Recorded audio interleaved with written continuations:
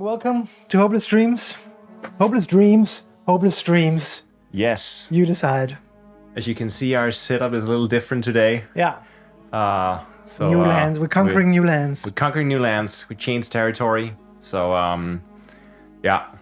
So if there's a few technical hiccups, that's just why. Everything is actually everything is new.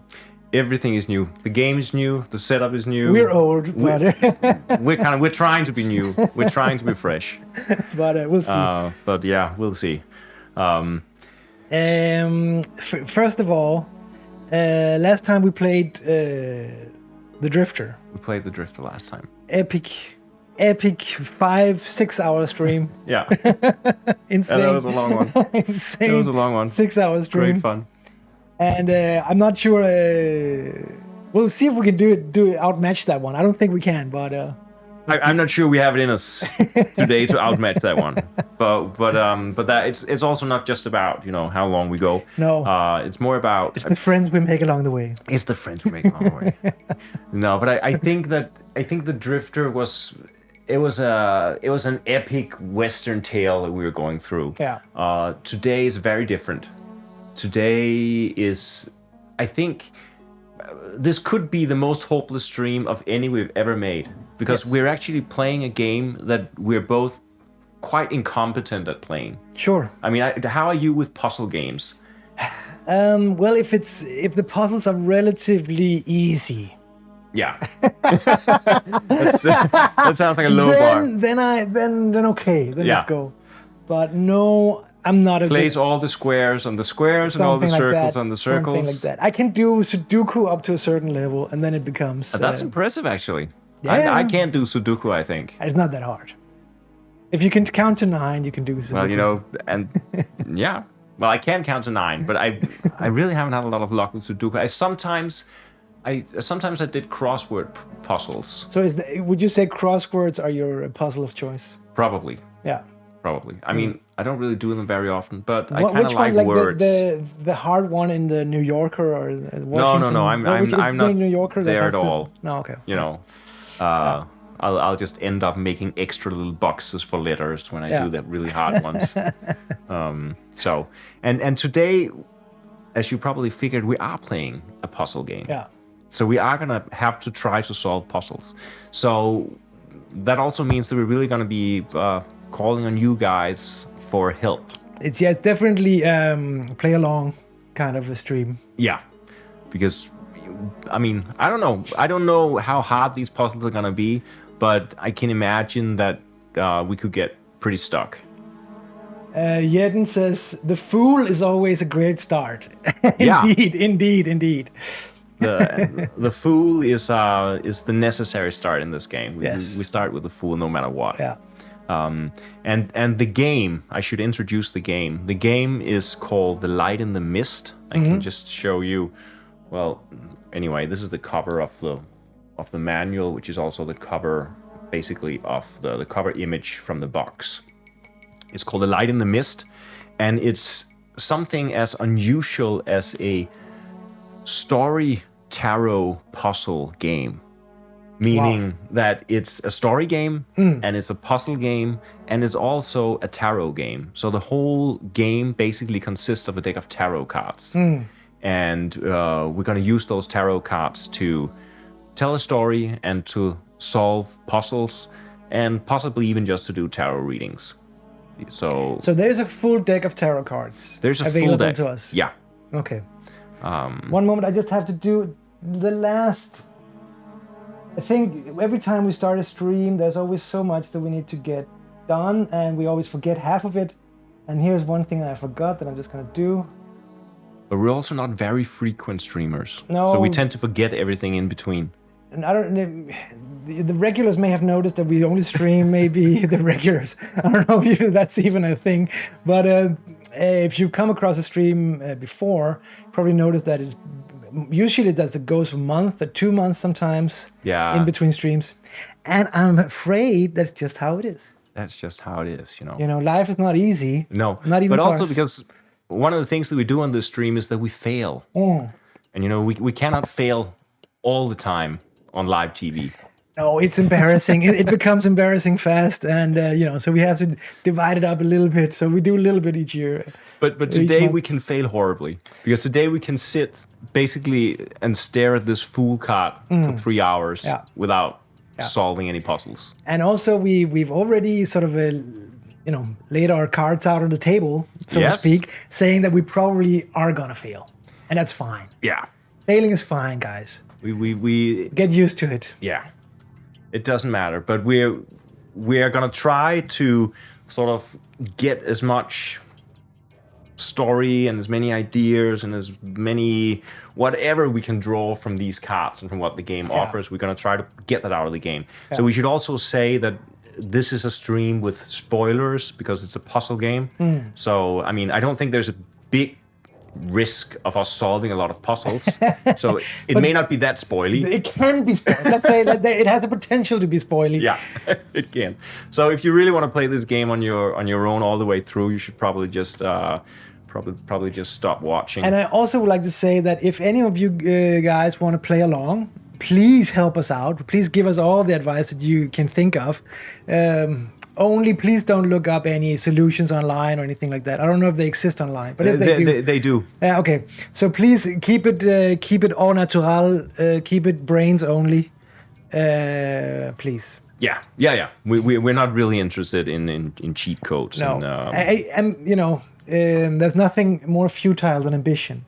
That's So we okay. have no ambition of completing the game. We just want to see what it's like. we just want to see what it's like. And to perhaps set the scene a little bit. Okay.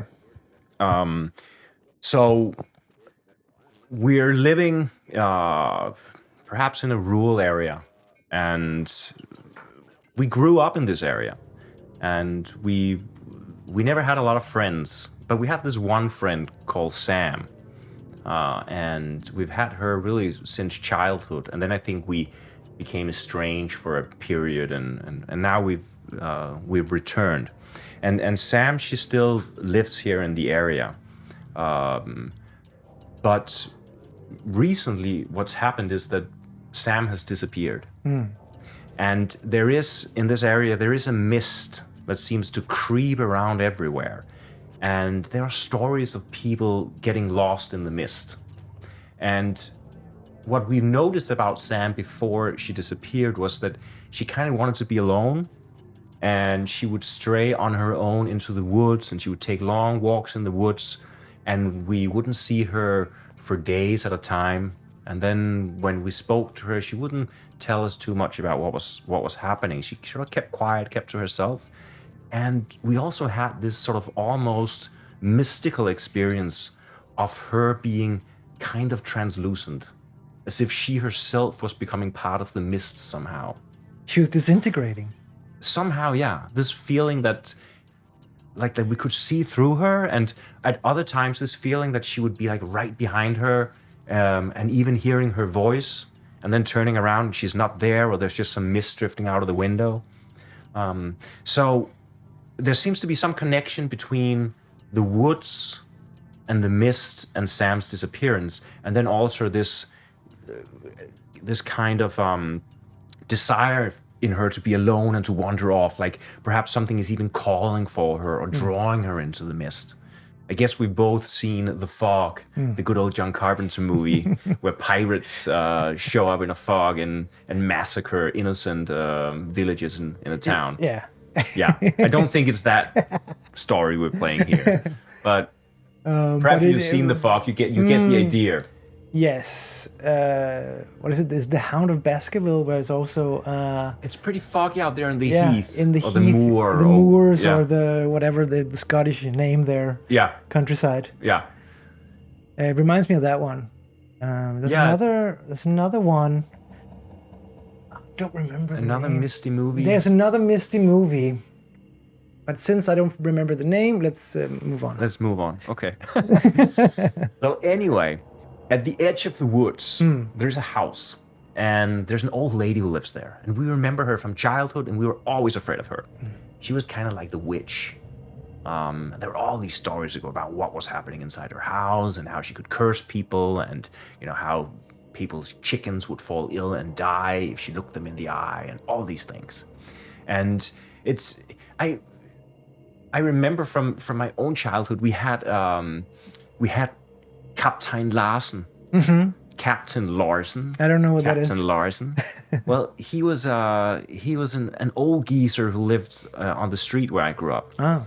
And he lived in a house which was set sort of a little bit off from the road, and it was completely overgrown. It was like a wilderness. And I mean, I was also only maybe 6-7 years old. So for me, it was completely impenetrable jungle to get into his garden. And we would rarely see him. And then sometimes he would come out with his bike, and we thought that he looked ancient. Like we were always like, he's at least 100. A wizard. Yeah, maybe he was 60. I don't know, but he was at least 100 in our eyes, right? And we were so afraid of him, and we would sort of dare each other to go into his garden and steal an apple. Oh no! And it was like this idea that he can come out and he can grab you, and he can pull you, and we had all these ideas. And when I think about it now, well, this guy he must have lived through World War I, World War II, all these things, and he was probably a very interesting person if you had sat down and actually talked with him, because he lived this reclusive life and he didn't take care of his house. And I don't know what his story was. I never knew. He didn't have a wife.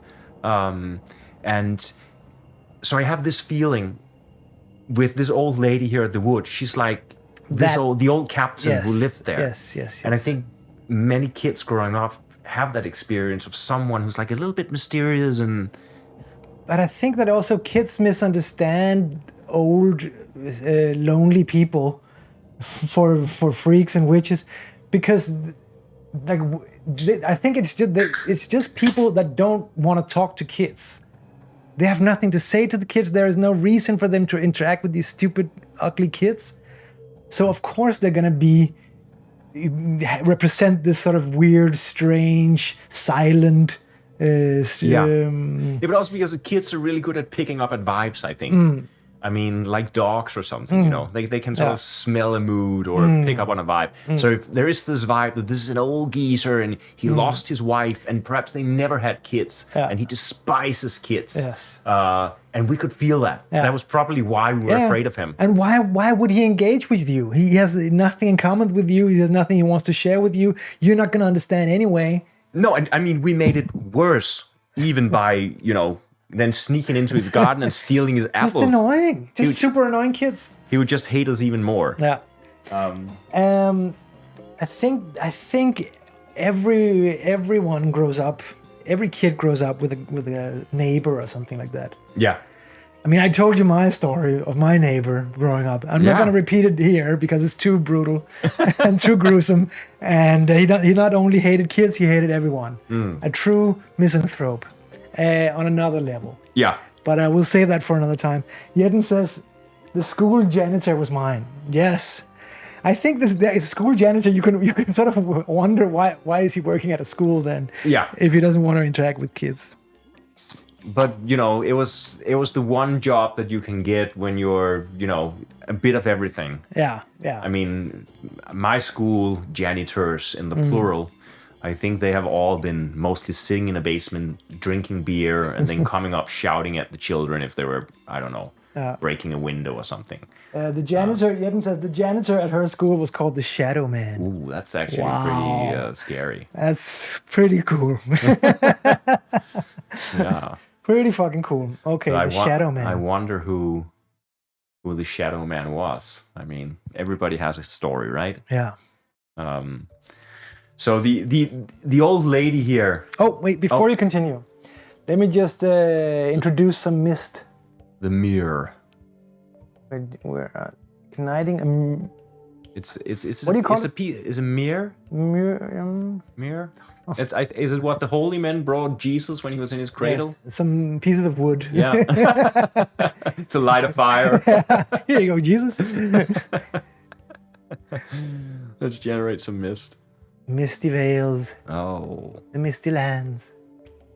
Misty. Ooh, it has a very strong smell. Yes. Yeah.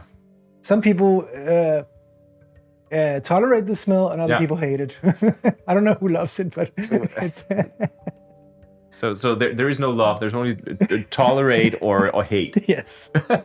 So another sort of nail in the coffin to the gift to Jesus. Here you go, Jesus. You probably hate what I'm gonna hate this, And but no one's gonna like you when you smell of it. no. But we want to be able to smell you when you come walking down the street. But this is probably what it looks like as we approach the old lady's house. Like Yes. the mist is falling thick, and we're at the edge of the woods, and we hesitantly knock at the door of the house. Yeah. And we can hear these silent, sort of just faint creaking footsteps coming down the hallway. And then the handle goes down and the door creaks open. And this sort of old stooping, but also actually kind of lovely lady looks out. She looks suddenly not like we remember her when we were kids. She looks like a friendly old lady and nothing else really. And we go into her house and sit down, and we tell her about Sam and how Sam has disappeared. And the only thing we have of Sam's is her backpack, which you can see here on the image. It's Sam's backpack. The zipper is stuck. So, I mean, we could of course force it open, but we don't want to break Sam's backpack. But we may be able to open it later. I would say if she's been missing for how long? A few days. Few days. I think it's okay to break a zipper. I don't want to go into all the other things you could do in this situation, but I think, sure, let's go talk to the old lady. It's a plan. It's not necessarily a plan C, but a plan very close to A. Yeah, and then I think let's bust up the zipper. Is that an option, or do we have any sort of? Yeah. I mean, we can totally do that. Okay. We're not supposed to, but we can. Okay. And so we have this backpack, and then what we also have is we have Sam's deck of tarot cards. So she had this lovely deck of tarot cards that she always used. You can see it here. And we have that. She's left us with that. And then also we have a journal, which is the one that is lying here. So those are the things we have of Sam's. And what is when we tell the old lady about the Sam has disappeared in the mist, she doesn't seem surprised. Okay. It's kind of incriminating, but okay, go on. She says, you're in your usual suspicious self over there. I'm extremely suspicious towards anyone and everyone. No, but she says that she's heard about that before. People go missing in the mist, and she says that especially people who are loners, people who go by themselves, people who walk alone, they get lost in the mist. So as we are there, we kind of start feeling that we may also be in danger of the mist taking us if we venture into the forest. But we're looking for Sam, and the old lady, she says, well, the only way that you can find Sam is really by unlocking her memories. And this deck of tarot cards, Sam has been using that to navigate not only the woods, but her whole life. And everything that has happened to Sam... Like the Dice Man, just with tarot cards. Basically the Dice Man with tarot cards. Yeah, that's a good analogy, I think. Everything that's happened to Sam, all her memories are ingrained in these cards. Wow. So they're completely entwined, sort of mirroring her inner self. Everything she's done in her life is in these cards. It's like a diary / memory. Yeah. Wow. And the old lady says that the only way to find her is to unlock these memories in this deck of tarot cards. And that will show us the path that she has wandered. And that will eventually lead us to find Sam. And as she says that, and she gives us the first card, the Fool, she says something specific to us. And I'm going to read it out because it may be a clue. Okay. Our first clue. I'm ready. The old lady says to us as she presents us with the Fool card that's on the table right now, that start with the Fool, she advises. Notice that it bears no fruit. That just means that it's a card that's on its own. So all you Is need... that a game terminology? Yeah, it means that there are not any other cards associated with this puzzle. Okay. This card is a puzzle in itself. Self-contained puzzle. It's a self-contained puzzle. Wow. She says that to us, and she says everything you need is already in front of you. Just know, and here comes the clue, that the patterns you carry with you will help you see truth. The patterns you carried with you will help you see truth. And she says that, and suddenly this mist comes shooting up into the room, and the whole house disappears, and we are alone in the woods in a small clearing. It's night, the moon is rising, and in front of us is Sam's backpack. And that's all. The house disappeared. We're alone in the woods. We're lost. The only light to guide us is the full moon. Yes. And the howling of a... And there is Sam's owl. backpack with the broken zipper. Okay. I have many questions. Can you repeat the phrase, the patterns you carry? The patterns you carry with you. Yes. Let's do this correct. The patterns you carry with you will help you see truth. Okay. And do they... And is it you as in you and me standing with the backpack, or is it as in everyone? I think it's a general you. Yes. Okay. I think it's a general you. And to just say how you actually approach these puzzles. Each of these puzzles, the solution is a word. Okay. The solution is an English word. Like banana. Banana is not an obvious solution, but it's a possible solution. Okay. Just to get in... I'm thinking more of like despair or loneliness or... Yeah, I'm thinking bananas. Yeah, that's good. I mean, I don't know. I mean, perhaps Sam was depressed. Perhaps she wasn't depressed. I mean, we didn't know her so well anymore. No.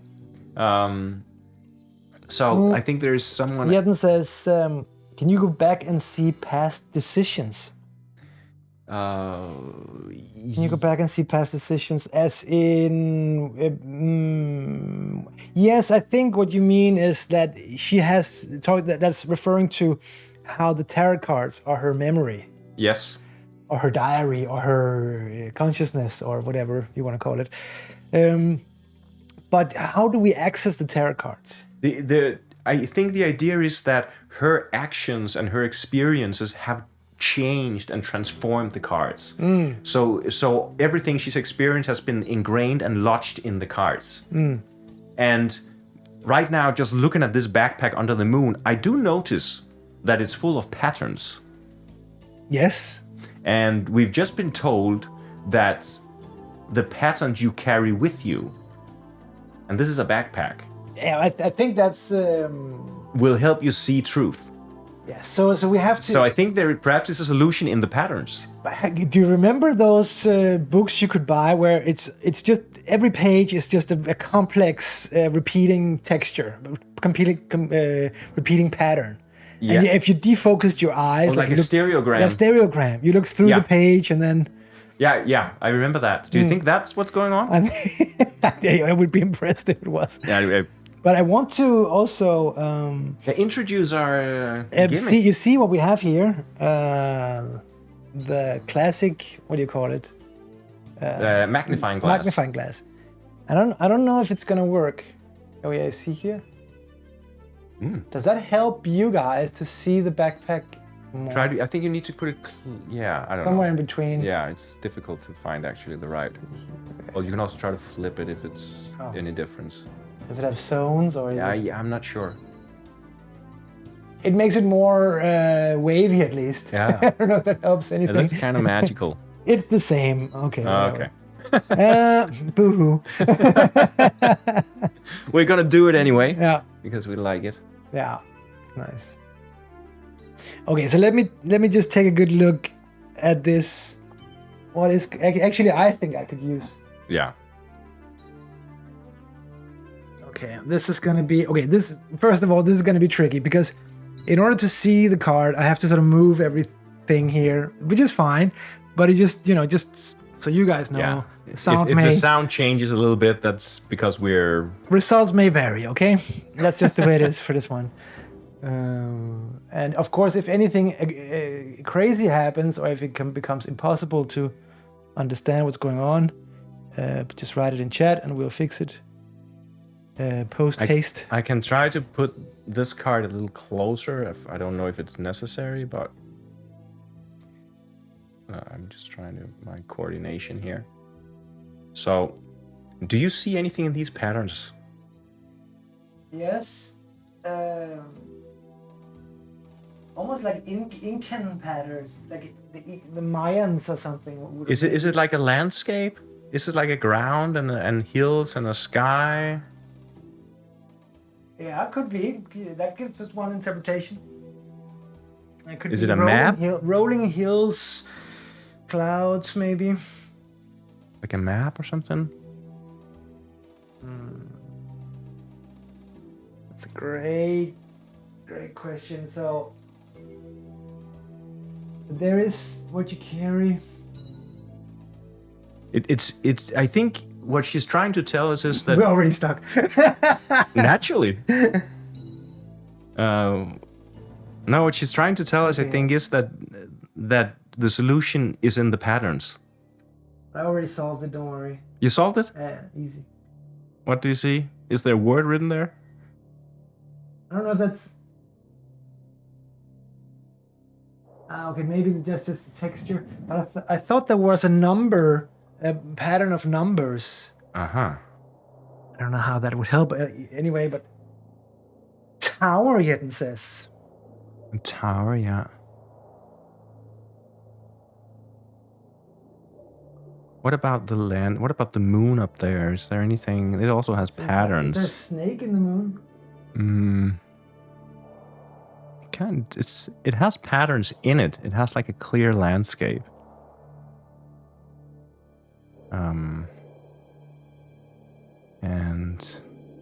It's actually quite good using the magnifying glass. If you use it here, it'll be a little bit of scans. I'm just gonna zoom in on the screen here. Okay, can I just say something crazy? Okay. Those blue hills. Yeah. Do they look like a G lying down? G. Yeah, okay, B-E-G. Right? Yeah, B-E-G. Begin, beg. Beg? But try to turn the card, perhaps. So, are you following, guys? Are you following this revolutionary? What we just discovered? We just cracked them. It says beg. Beg. But does it say? Does it say any more? Because I think it says begin. Oh yeah, if the yellow line is an I. Yeah. And the no the orange, no, the green one is an no. Well, the yellow, you mean the yellow between after the G. There's a thin yellow line. There's a thin yellow. Can you see it from my? And then there are these red, which you then take as N's.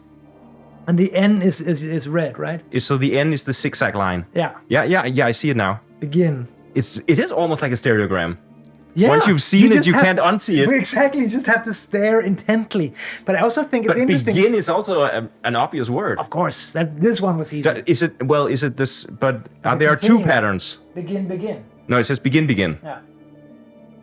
And it also says begin on the other part. If that isn't the solution, then I don't know what this game is about. We cracked the first one. I think we cracked it. Yeah. But okay, before we continue, I think we have to, because we have a monitor.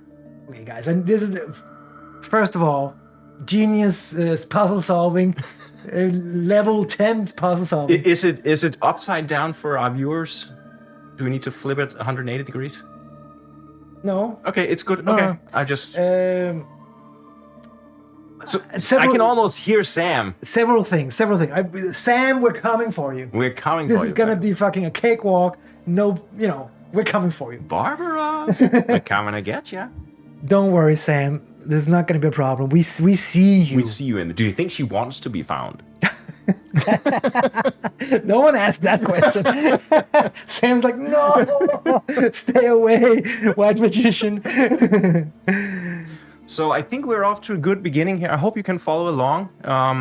So the idea here is now that in a moment we're gonna check if this keyword begin, if that really exists. So we have a solution page, and we're going to see if begin is there. If it is there, it'll lead us to a paragraph with story in it.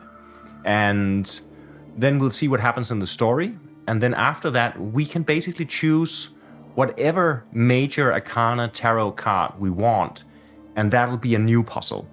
The only thing is that the last card in the game that you take is the world. So you only take the world at the very end of the game. But other than that, we can choose freely. So there are 22 puzzles in the game. I'm sure this was the hardest puzzle. Obviously, you always put the hardest puzzle first, you know. That's good puzzle design. That's the way it is in all the puzzle games I've ever tried. All right, shall I look if it says begin in the solution? Yes, please. I'm ready for it to say, wow, you solved it in record time. And we get a prize or...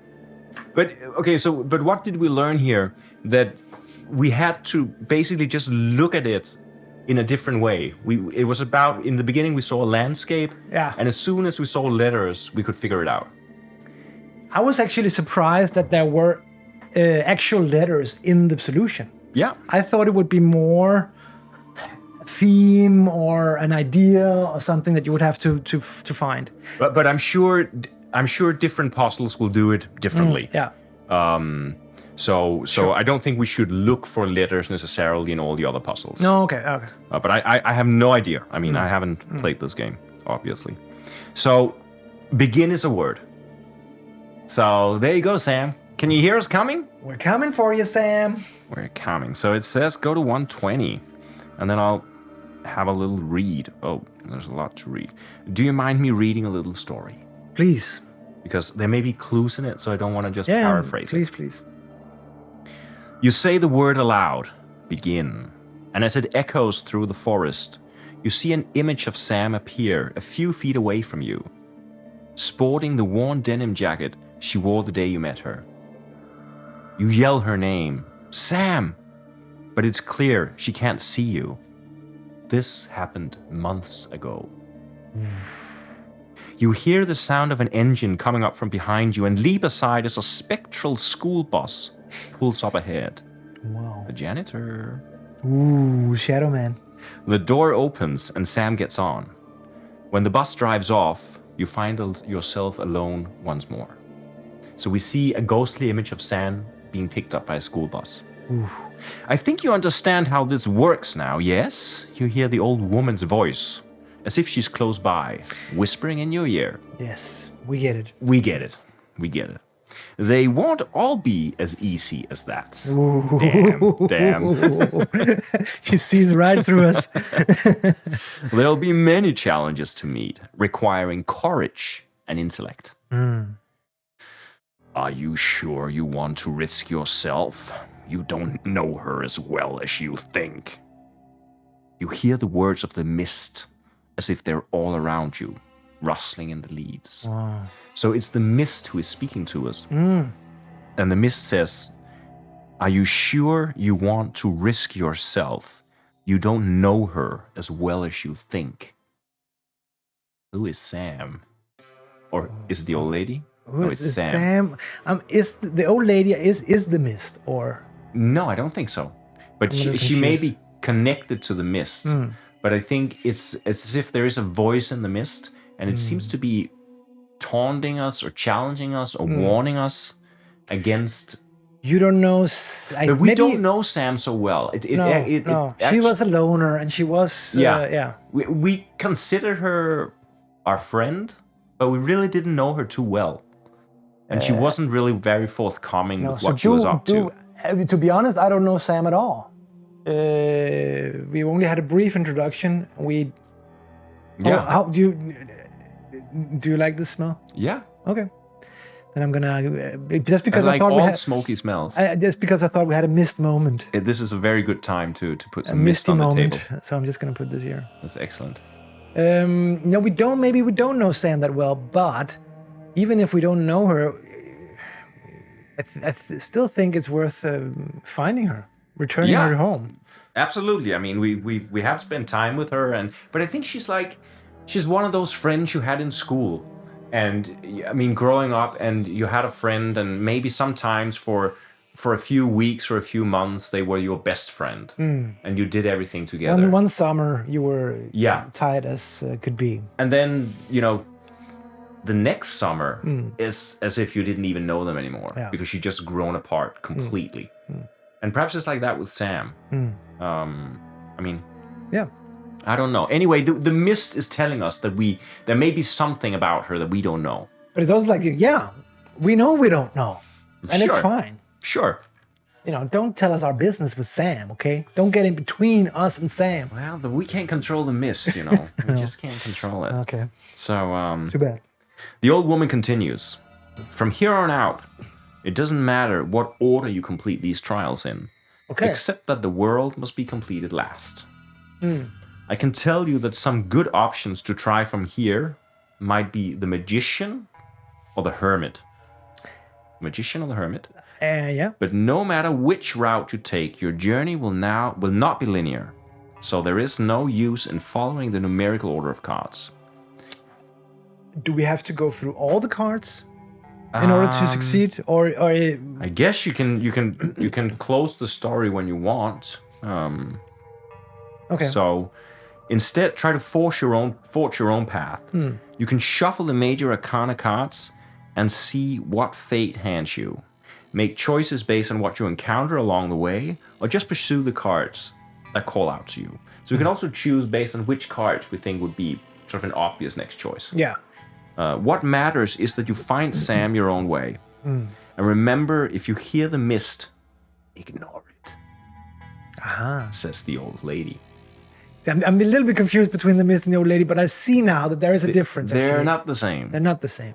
You don't want to succumb to the darkness yourself. Ooh. Good luck, and may you return safely. And then comes the voice. You're panicking already? No. Better than back before it's too late. So it's trying to keep us from finding Sam. We're not going to listen to that. Stupid mist. Yeah. So basically what we're going to do now is we're going to choose a card that we want to try to puzzle out. And then the old lady is going to give us some kind of clue. Some kind of help. And it was suggested the hermit and... the magician. The magician, okay. And I'm just going to look here at the end because we have in this little booklet some suggestions, recommended starting puzzles. Okay. So it's recommended is the magician, the hermit, the hanged one, temperance, the star, the moon, judgment. And some of these cards require other cards as well. So, for example, if we choose the magician, we'll need 6 additional cards to solve the magician. Whoa. If we take the hermit, we'll need 0 additional cards. Obviously, the hermit sounds like a simpler solve, since we're not going to get confused by other cards. Yeah, and perhaps, also now we just took the fool, which is basically perhaps us entering on this whole journey. There's some kind of foolishness in, we're searching for someone, we don't know who they are, we don't know if they want to be found. There's this mist who is telling us not to find them. But we also have an idea that Sam was a bit of a loner. So perhaps in that sense, the hermit is thematically sound. If we want to find her, we want to find out why is it that she wants to be alone. Yes. There's been no reference to a wizard or any sort of magic except for the spiritual magic that surrounds the mist. Yeah, there definitely seems to be magic involved. But I think the hermit is more Sam's character somehow. Yeah, and it's also a puzzle with 0 other cards. Yeah, that's what I think is a good start. Going slow is trying to go easy. It may not be easy. If we're stuck, we're totally stuck. But yeah. But okay, let's try to find the hermit. Perhaps you can find it, then I'll find the wisdom words of the old lady. Let's see. Oh, here we go. What number is the hermit? Ooh, okay, it's number 9. It's number 9. And how does that look? Let's try to put it up. We can take this away, I guess. Here we have the hermit. And so... And we should cross out, actually, that we solved the Fool. Okay. And the Fool was at 0? Yeah. I'm gonna just cross. And so I'm actually gonna use. I like looking at the screen actually to see the card. That somehow helps me. Oh yeah. So there is some kind of maze, but these also look like half letters, don't they? Yes. And there are 2 lights going into the maze. So let's hear what the old lady says. Okay. So she says, or what happens anyway. So we're walking through the forest, and we come upon a complex construction made entirely of mirrors. Wow. So what we see here is mirrors. Ah, it's mirrors. Okay. And there appear to be 2 entrances, each with a unique lantern in front of it. Is that clear? Yeah. Yes. The 2 arrows are the entrances, right? Yeah. The various reflective panels seem to treat the light of the 2 lanterns differently, sometimes allowing a light to pass through, while at other times sending it in a different direction. Yeah. You choose a lantern and follow the path of its light through the maze. Is that all? Apparently. You choose a lantern and follow the path of its light through the maze. Yeah. Can you... Okay. I just need to check if they're... I'm just desperately searching for the old lady and her clues. Yes, please. I think that she... It was... Old Before lady. trying to decide, you listen to the old lady to see if the old lady has any words of wisdom to offer you for your next challenge. Yeah, but this is the wisdom. So, okay, let's just do this again. You follow... they reflect the light differently. Yes. And we choose a lantern and follow the path of its light through the maze. And that's gonna spell a word, I guess. Yes, I think so. So... I hope you can see this at home, or you can zoom in at home. I think you can. I think you should be able to see it some more or less. Yeah. So, which lantern do you think we should pick? Is Sam? I'm not sure we can. I think we need to go through both of them. Maybe. First one and then another. Maybe there. I mean, what I know is that some cards have multiple solutions. Okay. And then you can just pick any solution, or you can follow all solutions. And every solution you find will give you more information about Sam. Because in this case, I'm not sure one is easier than the other. No. I'm just trying to do the magnifying glass thing here. So if we say we take the bottom lantern, right? Okay. Is this? Sorry. No, it says it should be. Okay, so if we take the red arrow. Yeah.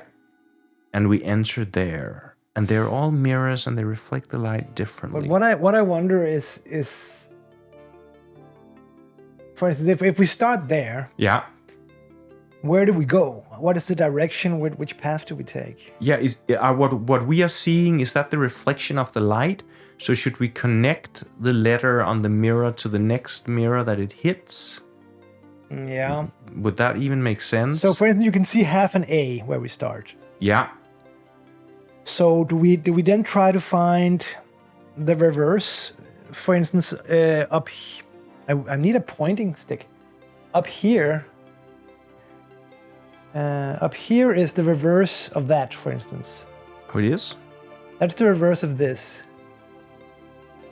You sure? Oh yeah, there. I see what you mean. For instance, that could be a way to to think about it. But can we spell something with half letters? Can we say A and then the arrow hits that blue triangle, which says P or B? You mean this one? Yeah. If we think of the arrow as a reflection of light, and we follow the path of the arrow, I mean how the light reflects.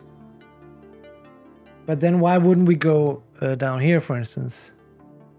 Since it's a flat, we have no angle. If we choose the bottom angle, first of all, the red one is not reflecting either this or that. You see what I mean? If it's a mirror, then it would be reflected down in this one. Right. But we have to somehow piece these letters together. Yeah.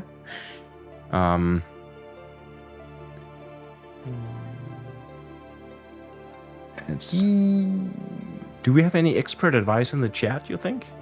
I wish. Once again, guys, if you can decipher this or help us decipher this, or have any idea on how where to start or where Should to I go. just read the clue again? And then... Please, anything that can take the attention off me not being able to understand this puzzle. No, but I want you to stare intensely at the puzzle while Okay, I read the clue. I'm gonna stare intently at the puzzle and then... And I'm gonna read the clue here. Yes, okay. yes. So, yeah, it's made completely of mirrors. We get that. There appear to be two entrances. We also get that. The various reflective panels Yes. seem to treat the light of the two lanterns differently. Okay. Sometimes allowing a light to pass through, Yes. while at other times sending it in a different direction. So that is perhaps what happens with the red arrow. It passes through two mirrors and then it hits the the pink mirror. So what you mean, for instance, here, Yeah. this A Yes. passes through here, and then it's reflected here. No, I think the arrow points up to the northwest. Okay, so And then maybe it passes through the blue mirrors. Perhaps it only hits the pink mirrors. So why isn't it reflected in the pink mirror up here? I mean, I think it's probably a mistake in the game design. Okay, we already found an obvious mistake in the game. this is gonna go well. Well, Okay. We're getting somewhere. We're getting advice here. Okay. Jen says it passes through blue, and hits the pink. I agree. But also the black holds it back. Oh, okay. Oh yeah, the black. Perhaps it's the black that indicates the black behind it that indicates where it stops. Okay. Yeah. Okay. But then we should hit the other pink letter up there. So, but right now we have half an A. Does it? I mean, do we have to read with half letters, perhaps? A? Is it a C up there? Wait a minute. You can also, if you just stay with one color. Yeah. Just take one color, for instance.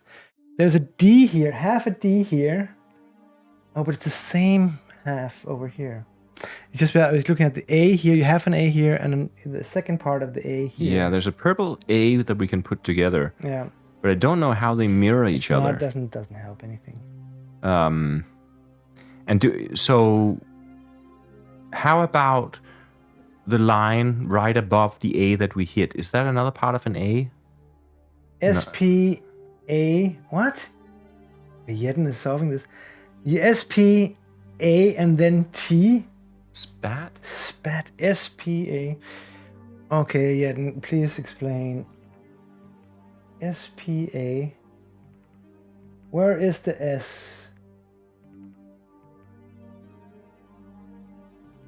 I think Jeden might be onto something, but I have no idea how. What it is. Or what and how and where and who and when. But it actually be quite good to see it on your... Yeah, because for you, I'm actually zooming in on the stream on my laptop over here, so we can actually see it in HD. So if we look a little bit distracted, it's just because we're looking at a screen over here with an enlarged image. Yeah, it's like a CSI enhanced version. It's kind of we're trying to do it with magnifying glass, but it seems to be more efficient using computers. Also, why doesn't the magnifying glasses work? Well, they do. I mean, can't you see? Okay, you have to do that and work a little bit.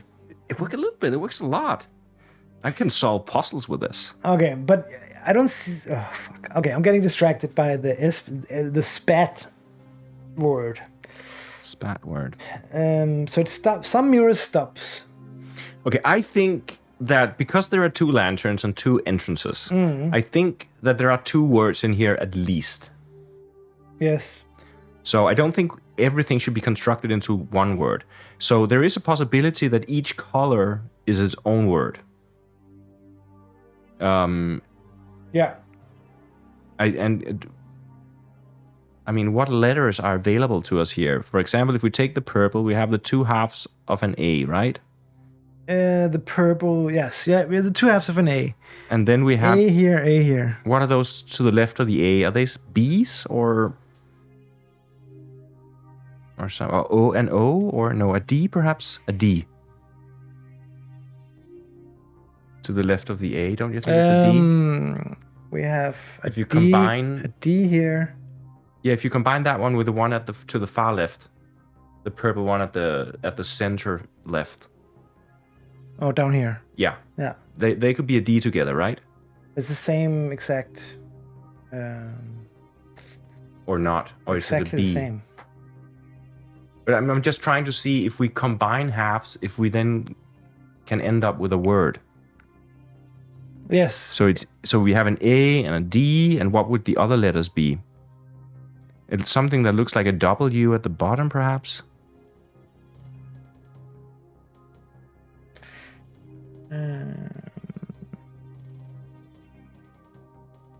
I mean, I'm thinking about if the or an E and a T, an E at the top, and a T at ET AD. death Oh, you're onto something. Is there an H? in the bottom. There's below, the blue H. the blue H. So if it hits DEATH, death. DEAT. They can see each other, but I don't know why that would. Death. No, yeah, look. Okay, so if we follow the direction of the light, it hits the D. Yes. Then it bounces up into the E. Yes. Then it hits the T, I guess. Yes. And then the A. Yeah. So DETA, Detach. and then a C and an H. Detach. But why? But then wouldn't it also hit the C? I guess here. I guess it has to stop somewhere. Detach. But detach is a word. Can we do the same thing with the other arrow? Okay, let's try. A, B, or R. AR, and then I at the bottom, perhaps? Ari? Rick. Aric? Epic. Epic? What about down here? Why doesn't it? Okay, it indicates that it goes here, here. Yeah. A, B, I, K. A big. Is that a word? No. Because I'm thinking much more, but I'm also thinking more three-dimensional because I saw this. Yeah. And the D up here, I don't know what my logic is here. And it's not, I can already see that it's not working. But I just saw that maybe if this was a D and it was disintegrated through the mirrors, then it would be top of the D here, bottom of the D here, the spine of the D here. Yeah, this is... But look, what I'm seeing is that we're able to create a word logically here, which is detach. Yeah. So isn't it worth checking Detach. if detach is a solution word? No, wait. There's one more thing we have to check. Yeah. First of all, Jeden says, "Does it pass through blue?" Does I don't know it what pass I don't know through what's blue? meant by that. Well, the red arrow passes through blue. So if it passes through blue, and they go DA here. DA. Would it go up C? here? DAC. no, just AC AC L. or action or something. No, ACT. And then the I is at the bottom. I. Acti. Would it go here? Activate. Active V. And then up to the A. Activate, and then a T, T-E. and then E. Activate. Activate. Okay, but then Detach and activate. yes. Okay, so for sure, major breakthrough. Major breakthrough. For sure. Jeden, you fucking got it. The red one doesn't see blue. It doesn't care about blue. It doesn't care about blue. Yeah. And of course not. Because it's red. It's red, so it will only care about purple. Jesus. And then I gotta pick up my magnifying glass again here to double check. Sam, can you hear me? Are you there, Sam? Sam. Do you know color theory, Sam, by any chance? Okay, So purple, red passes through blue. Yes. So it's ACTIV, but it hits purple.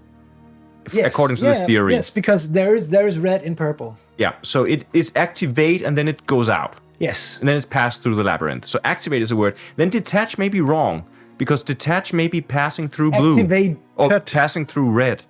No, wait a minute. Activated. Activated. I agree. Activated. So purple, no blue. Yeah. Would see purple and it would see blue, but it wouldn't see red. Exactly. So let's go. So it's DETACH. Detach. And then you go detach E and then detached. Because it hits the E and then down to the D. Detached. So yeah. We solved it. Activate. Are there more words in here? Activated and detached. No, I don't think so. Activated and detached. Okay. So, and we're at the Hermit now. Wow. This is... I'm a little bit astounded. This is pretty crazy. Amazing. I mean... Amazing game. Okay. I feel less hopeless than I should be feeling. I feel almost like empowered by this game. We're coming, Sam. We're coming for you. Do you hear us through the mist? I can't wait to hit like an impossible puzzle now. This is really good. Yeah. We're feeling better. It's great. But we also just solved the Hermit puzzle. Yeah. And I think going into this puzzle, what did we know about Sam? I mean, we knew that we were trying to find out why she keeps to herself so much. And I think we learned now, we got the word detached. Yeah. Perhaps she feels detached from the world. But there is also the word activated, which is more difficult for me to kind of understand. Something has been activated. Something has been activated, perhaps, yeah. But we'll now get some more information. And maybe that's part of why Sam is missing. Something has been activated. A plan has been set into motion. Yeah. The mist, something has been activated. Yeah, because of her detachment. Because I think there is this idea that if you walk alone, you're more susceptible to be caught by the mist. So I think also for our own safety, we should hook up with Sam, because I'm not sure we're safe on our own. But let's see. And again, I'm going to read in full, guys, because there seems to be so many clues buried here. So I want to do detached first. Can I take this card out? Sure. Detached. And let's see what it says. Sorry if it's a bit long at times, but we need this. So, you cringe at the sound of a creaking attic staircase lowering itself in front of you. Sam carefully walks up the steps and stops at the top, fiddling with a switch. She sighs and walks back down the steps and into her bedroom. A moment later, she returns with a lamp plugged into an extension cord and carries it up the steps with her and into the attic. You follow, watching her scan the mess as she enters. How do you move 3 times and still end up with this much junk? She mutters to herself. After rummaging through some bags and plastic containers, she opens up an old trunk and instantly freezes, as if mesmerized. She pulls out an intricate wooden box and sits down on the dusty wood to open it. You recognize the contents immediately. It's the tarot cards. She picks up the deck and slides out the top card, the Hermit. You know me already, she says to the cards, smiling wryly to herself. She sets them down and continues to search the trunk, eventually pulling out an old newspaper clipping with a picture of a young couple that you recognize as her parents. Under the headline, "New bookstore opens on Maple." So her parents opened a bookstore. Casting her gaze aside, Sam catches her reflection in a dirty mirror in the corner of the room. She looks at the photo again, then back at the mirror in disbelief. The resemblance to her mother is strong. All Sam would need is a haircut. A few moments pass and Sam lets out a deep breath of resignation. She tucks the newspaper clipping into her pocket and takes the tarot card box downstairs with her, clicking the light off and pushing the attic stairs back up with a loud thud. You watch her place the deck of cards under her pillow before she gets into the bed herself and turns out the light. Okay, so we learned something about Sam's past here.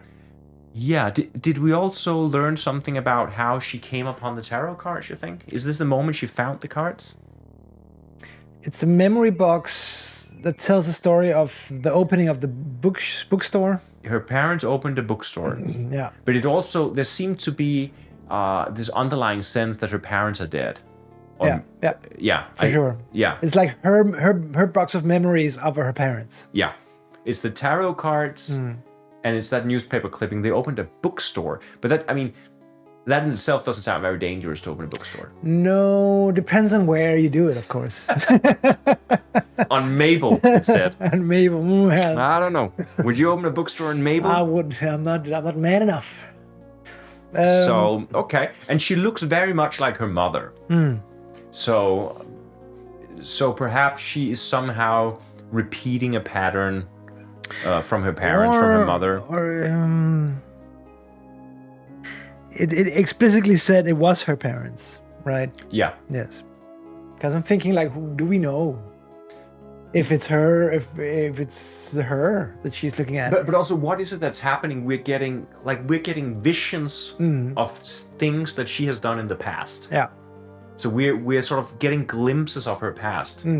So the reason that she came across as detached, maybe because she lost her parents and she was keeping that grief to herself and she wasn't sharing it with us. So maybe that's one of the things we don't know about her. And is the activated? Does that have to do with her? She's activated a memory. She maybe now she yearns to find her parents. We're gonna learn about that in a second. So I just wanted to which evaluate. We just read detached, but we still okay. need to read activated. Okay. So do we have more thoughts on detached? No, she's melancholic. Yeah, fair enough. There's a sadness there. There's a loss. Yeah. Okay. So let's do activated and see what we learn here. Okay.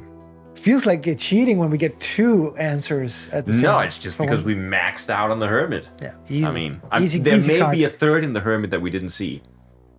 You think so? Wouldn't it? I don't know. I'm just saying. But there are more letters in the Hermit. Easter eggs in this game. Wow. Okay, let's see. You see Sam lying on her bed with a vacant look in her eyes. She's breathing slowly and carefully, as if a weight were resting on her chest, as the branches of an oak tree tap against the window with the heavy rain. It's raining heavily outside right now, guys. She rolls over to her side and looks at the reflection in the mirror on her dresser. Pinned to the mirror is an old newspaper article with a picture of her parents.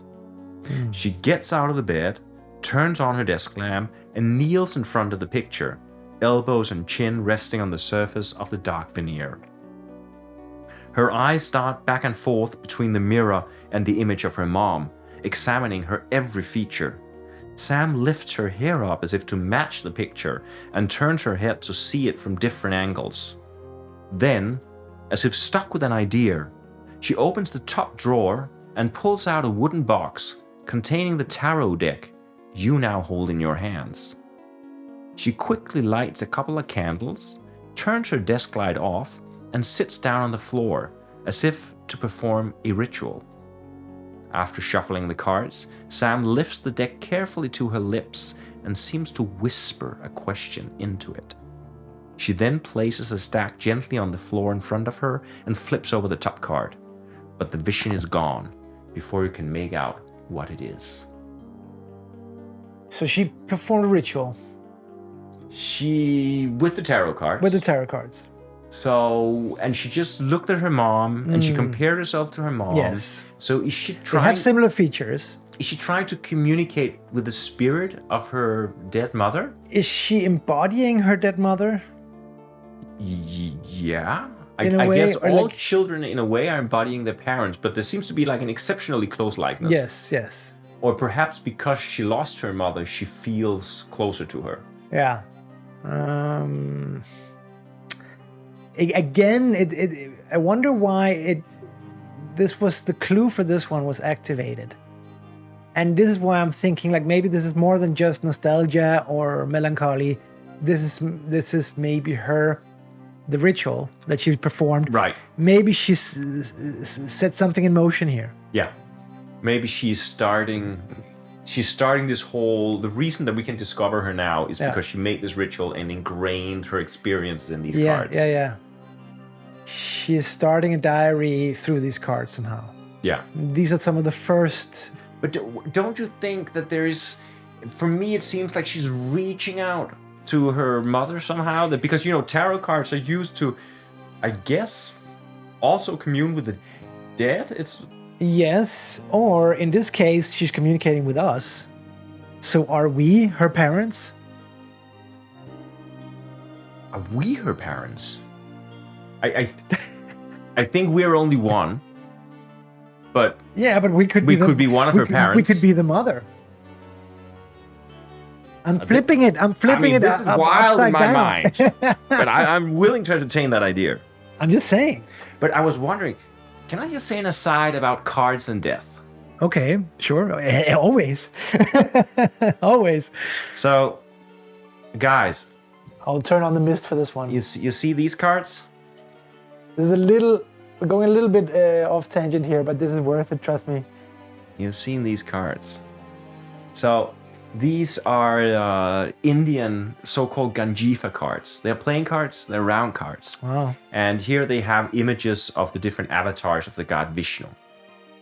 And when I traveled to India last year, I met the guy who made these cards. And he is the last living card maker in India of these traditional cards in the Bengal region. Jesus Christ. There's almost no one left who hand paints these cards anymore.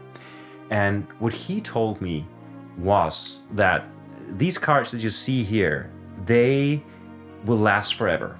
He said when you get these cards, they will never wear. They'll just last forever. The reason being that these cards are made from the cloth of dead people.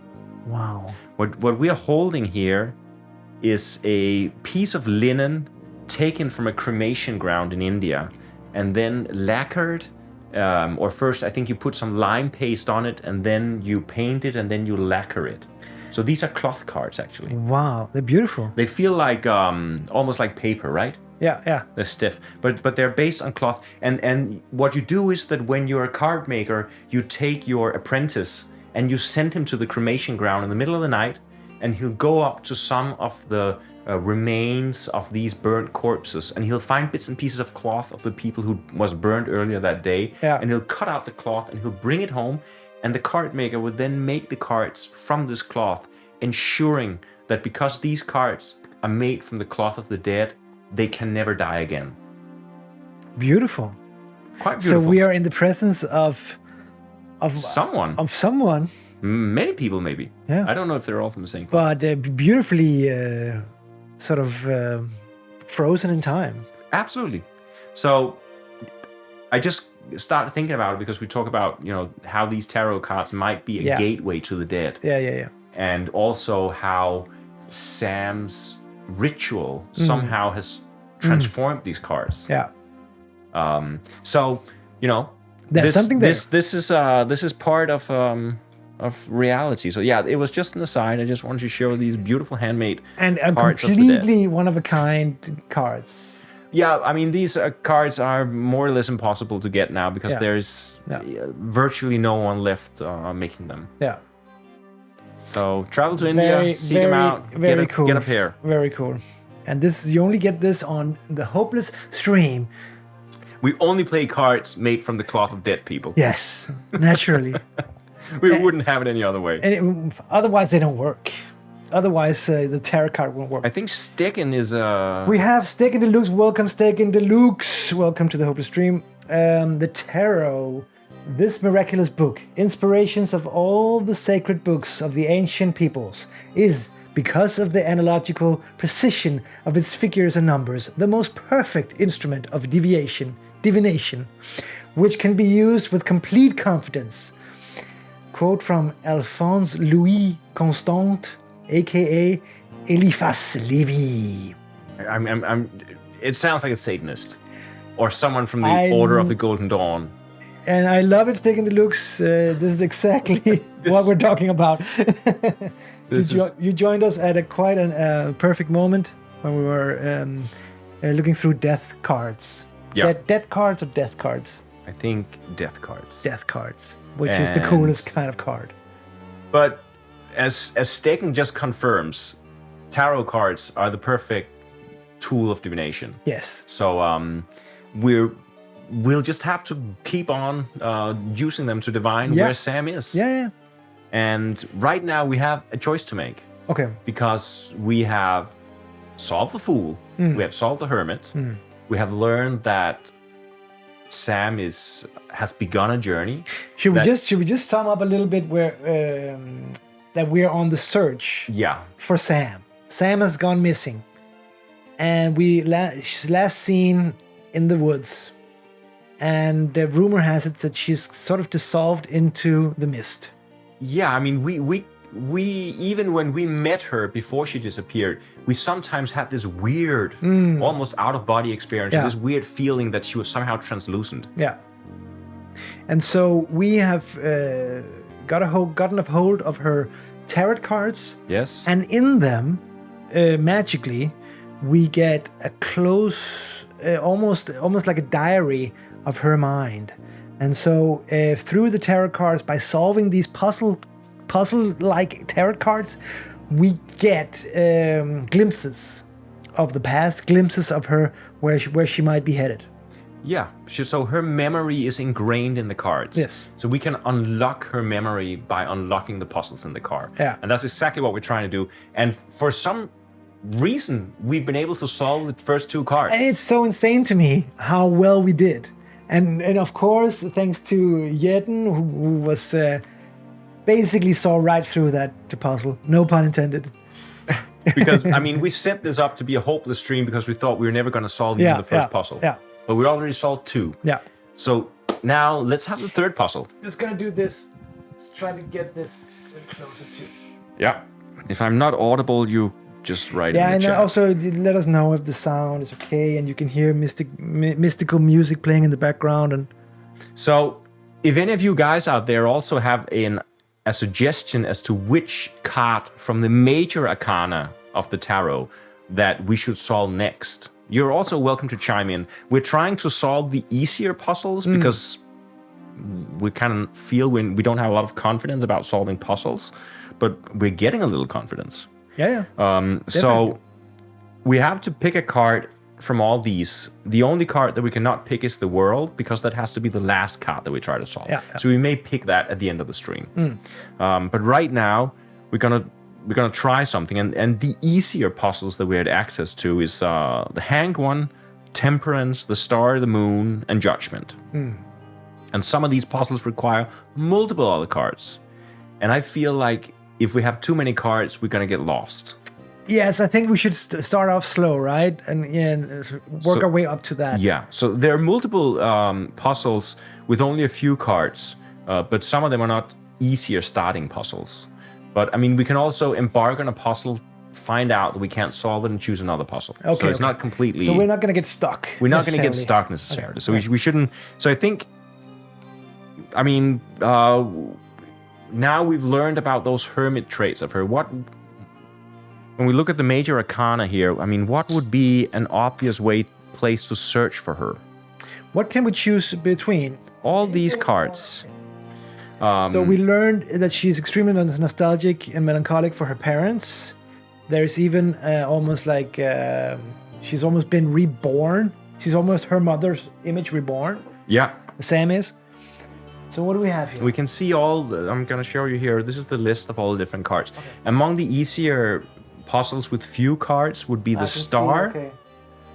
And what is that? Judgment. But there could also be other opportunities which don't have a lot of cards, like the Lovers. I'm also curious about the Lovers. The Lovers could be her parents. Yeah. Maybe we should go, because either I want to dive into the Mother, that could be the High Priestess, for instance. Yeah. It could be what else could it be? Yeah, the High Priestess, I would say, could be the Mother. Or we could go into the parents, which you could say could be the Lovers. I can see that Jeden suggests the Moon. The moon, the mother and the How moon. many cards are involved in the moon? 8. That's a tough one. Yeah. So I think we're trying to. There was an image of the moon on the first card, the Fool. Yeah. And I guess that the moon is what lights up the forest. Is there any myth that the mother is the moon? Well, I think the moon is cold. The moon is madness. And I guess Depends I on don't know. your- depends I on guess your- the sun is the father and the mother is the moon. I guess you could say that. Yeah, I think that's what I was referring to. Let's just say that. Let's just say that. But I think we should hold on 8 Okay. card puzzles. I would be happy. The High Priestess. Whoa, that's one of the tougher ones. How many cards is that? 14. Okay, not now. Not now. We're not ready for that. We can't fit 14 cards on screen. No. So we're Or then we have to zoom out. I think the Lovers, right? Should we try the Lovers? Yeah, let's do it. The Knight and the Queen. Okay. Could be the So I have a parents. task for you. Okay. Find the Lovers Yeah. and find the Knight and the Queen of what? The Knight and the Queen of Cups Okay. in this deck. And then I'll just see what clues we can get. Okay.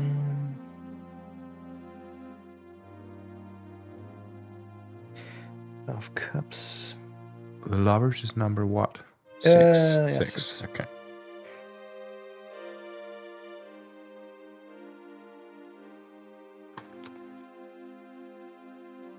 Yeah, Knight and Queen of Cups. Looking for Cups. Ace And of Cups. I'm Okay. just gonna put the. This is the card. I'm gonna remove the journal. Oh, first I'm gonna cross off the Hermit. The Hermit was. We have number... Post Curious joins the chat. Hello, Post Curious. This is designer. Thank you for a wonderful game. We're having great fun, and we're even having some success. We have had small glimpses of success. Post Curious chimes in with Yedden and says the moon is a good call. Okay. Is it too late to go back? No, we can absolutely do the moon, but it was 8 cards, but we can do it. We can just zoom out a little bit. We can raise the camera, I guess. Yeah, should we go? Should we go moon instead? Yeah, I mean, if we have 2 we have popular- people chime by popular opinion. Popular opinion wins. The moon. So I'm gonna remove the journal. Okay, so I'm gonna see what find we the need moon. for the moon here. So Just because it's more cards doesn't mean that it's trickier. no, It'd be it's even easier. just trickier to stream. So we need wands Wands. and wands from 7 through king. Okay. And guys, I am gonna try to raise the camera a little bit. So if everything shakes up, So from that's just what 7 to happens. king. From 7 to king, it should be 8 cards in wands. 5, 7, 8, 9, 10, page, knight, queen, Okay, let's do this. king. Maybe I need to move the candle. Okay, so everything's gonna get a little bit smaller for you guys, but we're gonna try to. So no ace of wands, right? That's Not before. the ace. That's after kings. Yeah, So is that 8 cards? should be. Just see here. 1, 2, 3, 4, 5, 6, 7, 8. Oh Jesus, there's a lot of information here. We need to try to see how we can fit this stuff. All right. I'm just gonna move so- this one. Right, That's fine. Should that's we put them in fine. numerical order somehow? Yes, yes. So it makes sense. Some sort of sense. Some sort of meaning here. So 7, 8, 9. And then you have page, knight. Oh, we need 10. 10, page, knight, queen, king. Okay, is this it's not fully visible, but if we do like this and like this, Oh yeah, that's good. That's is good. this Yeah, is this workable? yeah, that's nice. And perhaps hold up the moon card, which is the key card. This is the card we're trying to solve, and the other cards are cards that somehow assist this puzzle. Yeah. And I'm just gonna see what wisdom we can learn from the moon. The moon is number 18. I already foresee this being a lot of information. Yeah. Okay. You ready to hear some wisdom? Yes, please. So, you can see much farther into the distance under the full moon. We could see the patterns on the backpack clearly, for example, under the full moon. But it quickly starts to get darker. You realize the moon is cycling through its different phases, as if an entire month is passing by in minutes. I guess that's what is shown on the moon card, right? You never realized before what a difference the moonlight makes when there's no other light source around. But when it turns to a new moon, everything goes completely dark, and you feel yourself getting nervous. And then again we hear this voice, you will fail. Just like you failed Sam. You're nothing but a frightened little child wandering in the dark. Let me just read that again. You will fail. Just like you failed Sam. You're nothing but a frightened little child wandering in the dark. You're grateful when even the thinnest silver crescent returns to the sky and come to realize that shadow exists only to bring light to truth. I think this is our clue. Shadow exists only to bring light to truth. Okay. Tangible advice. Okay, so, well, guys, you brought this on.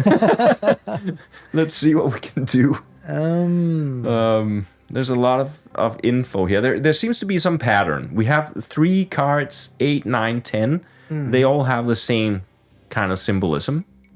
And then also, these 3 cards at the bottom have the same kind of tablets. And then we have some kind of Stonehenge. We have the cycle, the phases of the moon. And here we also have some kind of phases. The phases of the moon are also... Okay, I thought... Liberation. And we, of course, have to end up with a word of sorts. Okay, so I think... Could it be something with the different cards has to be solved in accordance with the phases of the moon, the different phases of the moon? How many phases are there? 8, and there are 8 cards. I think that's a good suggestion. So, for instance, here, iota, that's when it's sliced down the middle. And so what is in shadow here? We have a lot of words written on these cards, right? So here it says patient, loser, Yeah. and iota. And here it says form, which is the full moon. And then there is some kind of anagram, Nekind FBI, which you can probably read in some direction. And TMB, Patem, MB. What is the image? Is it a flute Aura. Is it a flute? It has like feathers attached to it. So it could also be a divining stick or spinning. Is it something you generate fire with? I'm not sure. But these here they have these kind of 8. They have these kind of like a magic square with letters in it that you have to probably arrange, and perhaps these could correspond to these patterns, 3x3 patterns we have on these other cards. And there we have new and darkness and I think it's a good suggestion that you had that we try to organize the card in the order of the phases of the moon. Because also, first of all, number 8, or not number 8, number 8 of wands. It's almost like I feel like can we already disqualify this card completely, because in this phase of the moon there is no shadow. Oh, and we learned that the shadow is what points to the truth. Yeah. So is this a red herring card? Maybe even. Is there some kind of Is it so basic? is there some kind of existential information Not here? basic, but okay. Yeah. Cool. That when you talk about, you realize that shadow exists only to bring light to truth, because without the shadow you cannot see the light or something. Yeah.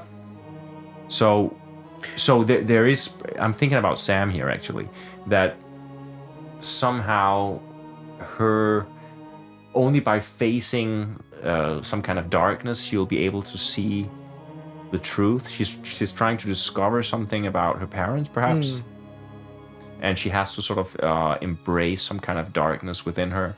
I don't know. I mean, I'm just thinking about what this means for Sam before it gets too abstract. But yeah, what this means for Sam and what Sam is. Is that what she's going into the mist to search for the truth?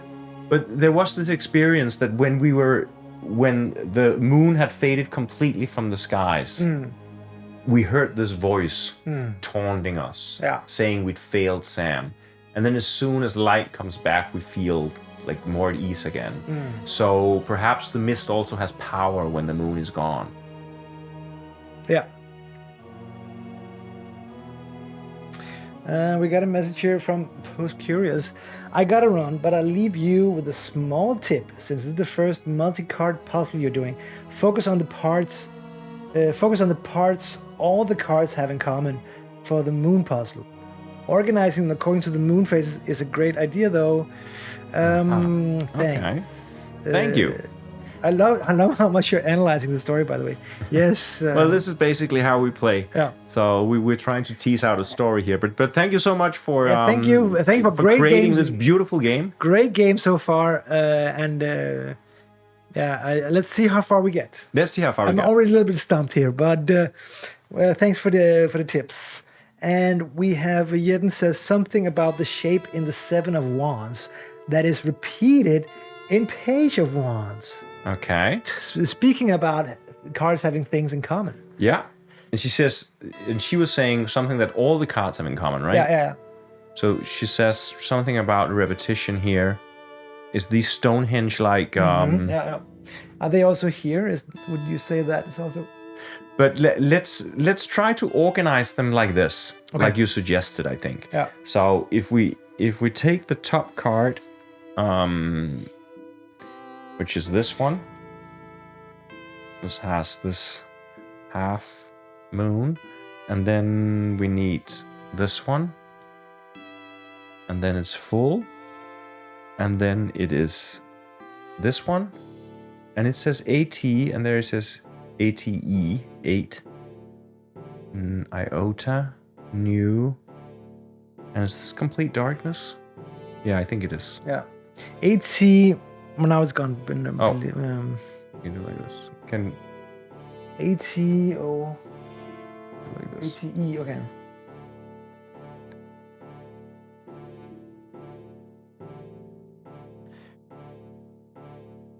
Okay. Damn. Okay. So I'm just gonna read the hint from Post Curious. Focus on the parts all the cards have in common for the moon puzzle. Focus on the parts that all the cards have in common. Do you think if we're trying to be logical here, that each card could represent a letter? Yes. And that'll spell a word? Yes. Because we're only looking for words, right? Yeah. Yeah, we're trying to find words. But there could also be multiple words in this puzzle. It could also seem like that's the case. But not sentences.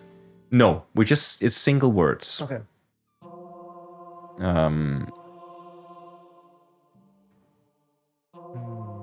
Okay.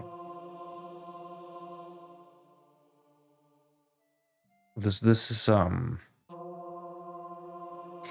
what do all the cards have in common? We very much, okay, here's another hint, perhaps. We very much intended for the tarot meaning to guide the puzzle and story elements. So it's awesome to hear when it comes across. Enjoy the rest. Thank you very much. And this is the wand cards that we're dealing with here. Is that another clue, do you think? Is the moon, the wands of the moon? Are those wands, perhaps? Are Of these course, magical wands? They're wands, yeah. Of course, they're magical wands. So, okay. It's like We're not stuck. We're not stuck. We just need to process here. Well, I need my magnifying glass. Yeah, take your magnifying glass, please. Oh my god. Let's see here. What do we have here? We were doing so well. There is something about shapes here. Here we have the light reflecting on the sea like this, going down in a cone like this. Yeah. And the opposite is true of this. We have darkness. a shadow going, down like that. Is that something? That is something. It's something. We also have a mountain where you can see the shape of the mountain changes, but it also seems that the light changes. Mm-hmm. So here it's only at the top. Here it's because it's full, it's more. Mm-hmm. Here because there's less light, it doesn't even hit it. Would you say could we organize the cards as in these go together, these two, maybe even full mountain with snow on top and barren mountain could be like a juxtaposition? What do all the cards have in common? All the cards have in common something about the number 9. Yeah. There are 9 letters, there are 9 shapes, there are 9. This half circle has 9 symbols. Though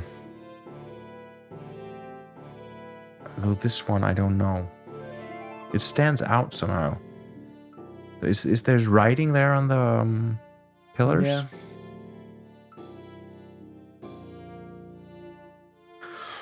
Sam, what have you done? Where have you gone? I'm very intrigued also by these markings here. There's it's almost like a little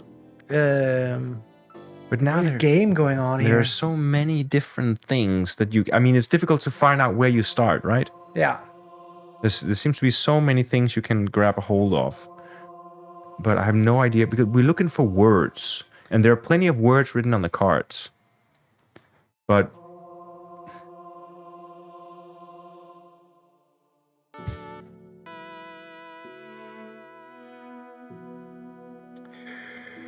there's so much to. It's a little bit scatterbrained because where do you start here? yeah, I can feel my own brain is just jumping from bit to bit to bit to bit, and I'm not. And I'm looking for that connection where where two cards they tell me that they connect, so I can use that program for the rest of the cards. Right, but we're being told to look for something that connects everything, right? And there is also this idea that shadow. Yeah, plays a role. And also, one more. Jeden says, "Can you move the cards one card to the right? Can't see the first card in the second row from the face. From this it's face. done. Yes, sorry. That was me trying to solve some. It's trying to solve a puzzle. Didn't work. It's pretty hopeless puzzle solving right there. We are pretty hopeless. Let me just look in my magnifying glass. Not that a loser. I see the word loser. So yeah, there you go. Yeah, that's a tip. 7 mushrooms. But it's okay. It's 7 something wands. about moon phases. There are 8 phases of the moon, and there are 8 cards to assist in this puzzle. Yes. So there needs to be some kind of movement through the cards, I think. Yes. So is it something like? Okay, now it's just crazy, but like here's a 3x3 pattern of letters. Could they map onto this 3x3 pattern of symbols somehow? Yeah. Then these letters match onto these symbols. Yeah, great. And then I don't know why this is upside down. Because then they should come before that, but they don't. So which one connects to which one?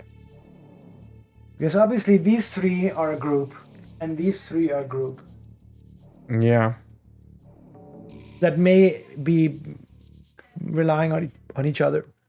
And then there's an empty throne at the end. Okay, can I just put them up in another order? So we go like this. Do that. So we have 3 mountains. They all contain a 3x3 grid of letters. And if you can you make sense of this in any way? Oh, now you're doing it again. Oh, sorry. It's like this. Yeah, perfect. Okay, but then these 3 cards over here. Sorry, I'm just gonna. Oh yeah, they also belong together. They also belong to each other. And you can put all these here. Oh yeah. And then you can put the rest at the top. Yeah, thanks. And this one down here, I think. Okay. I don't know if this helps any. Something with a twin theme. Yeah. With a twin theme. Twin theme. I mean, one thing I'm thinking is that I'm seeing this here being... This is the moon card. This one is at the end of the sequence, but it also has a sequence of 8 symbols. And I could imagine these 8 symbols representing letters. So if we can find out which symbols... The sequence of this card is replicated on the top of each one. So that's the only other place I see those types of symbols. So there are symbols at the top. Yes, there is a moon symbol, and some of them also have. For instance, the 3 mountains. What do they have in common? They have a moon, a moon behind a mountain, and a full moon maybe. And the other one has the same, and the third one has the same. So these 3 cards have the same symbols on the top. Okay. Is that also true of those who have those symbols? Let me take my magnifying glass, and soon I will have a report on your desk. Well, I think without a magnifying glass, I have already found out that is the case. No, it's not the case. What? Because if you had a magnifying glass, you would know. In the middle, it has a different, which is sort of a rising sun, perhaps, or something to that. And is it matched anyway? This here seems to be almost the same sequence, except here the crown or I can't see what it is. It looks like a rising sun or something. Right? Yeah, you're right. A rising sun, I'd say. So, yeah, this... But okay, so this card has 1 symbol, and this is the moon card, of course. Yeah. Then we have the king has 2, and the rest all have 3. Moon and a king. What is this? How does it help us at all? I'm not sure. I must say that this feels like too much information. It's like Sam is speaking in tongues right now. I can't hear what she's saying. No. I really can't hear what she's saying. I mean, it looks like... I mean, it's something about patterns. It's about reading. It's about putting things in order. But it's... I mean, if we're looking at single letters that can be combined, it seems that these cards would sort of be the best options for making some kind of words. Yes. And maybe they match up to the symbol cards below. But beyond that, I mean, this here seems completely... But then again, I mean, if there are multiple puzzles in the moon, we may be trying too hard to combine everything. Do we know how many words we're meant to find here? No. So we have no clue? No clue. Could be 10 words, could be 1 word. Yeah. Whew. Lord Almighty. Okay. Let's... Iota. This one just called darkness. Okay. I think what's happening here. Yeah. This is hubris. What do you mean? We've solved the fool. Yeah. We've solved the hermit.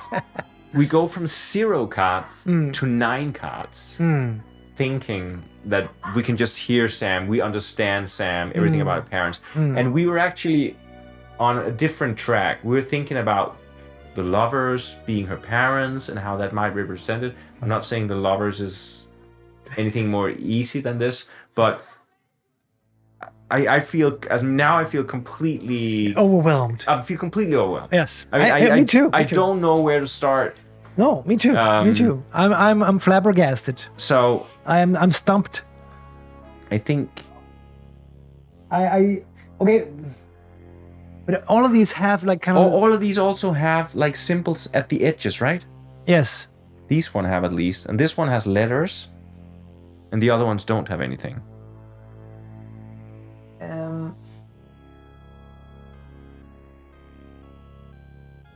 I don't know. I don't know if it's relevant.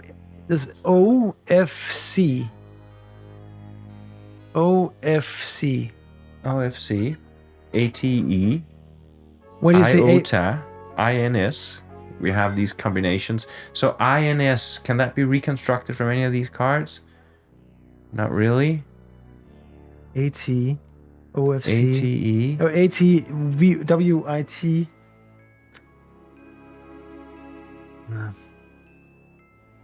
Separation.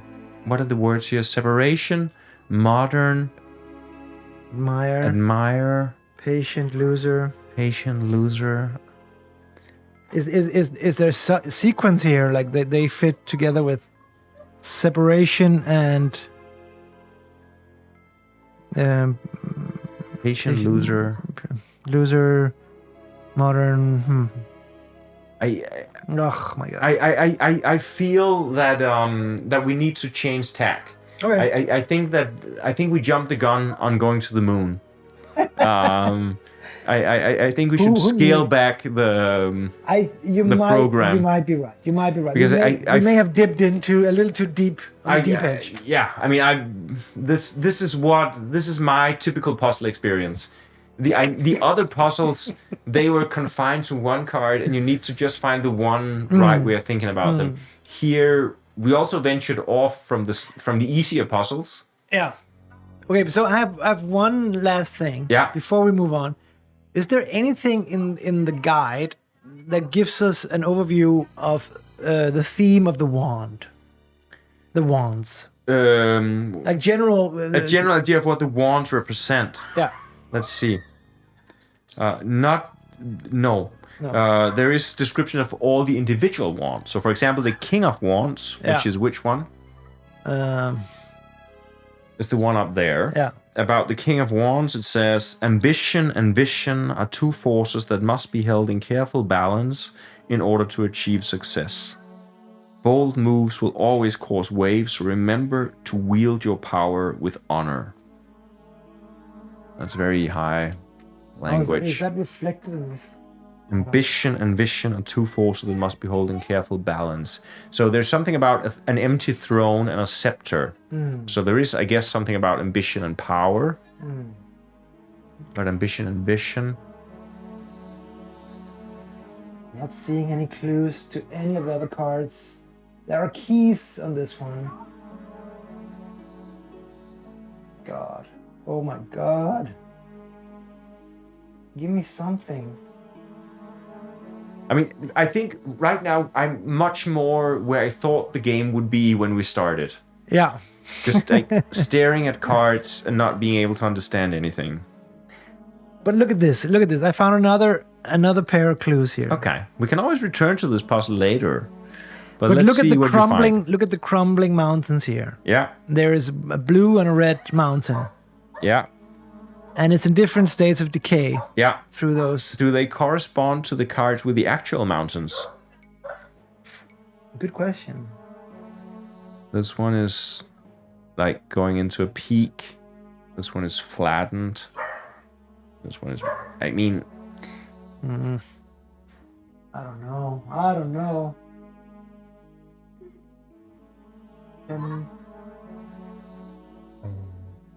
And also, we don't know, I mean, how much of this is just red herrings, right? Yeah. How much of this is just nonsense that we have to look past? We don't know. What if... Yeah, no. Mem.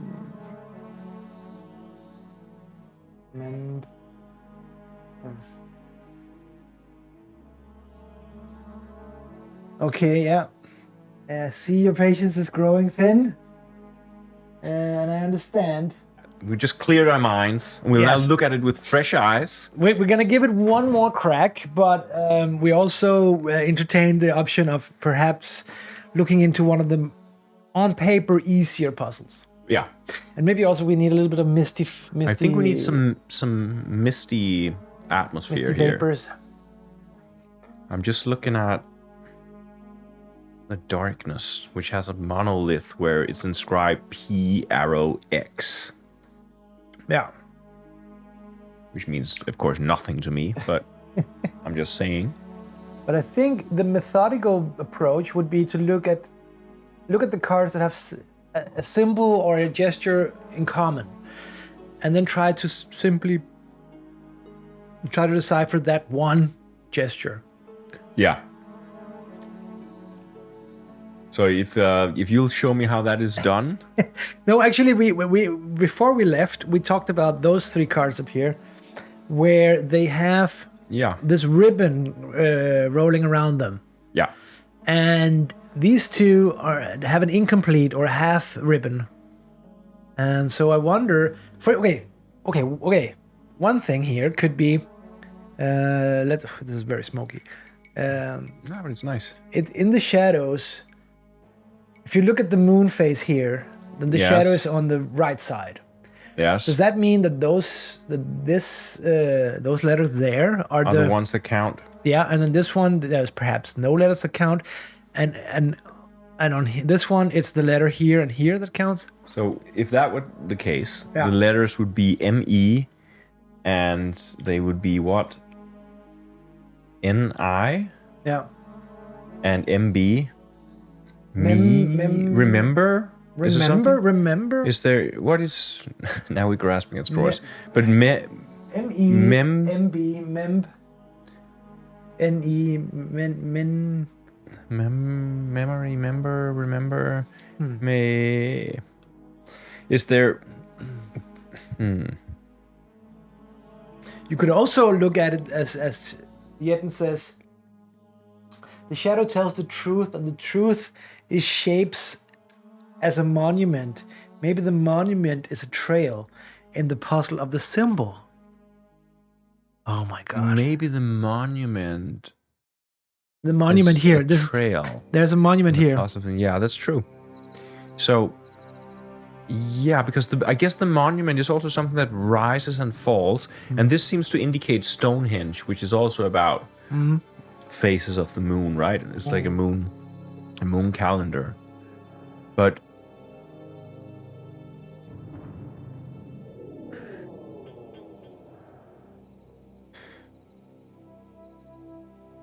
let's just thank you, Yetten. I just want to see. I think we were close to something here. We had something about remember. But is there? We didn't find a re anywhere, right? There's no re. No. What's written on Stonehenge? AKEXI.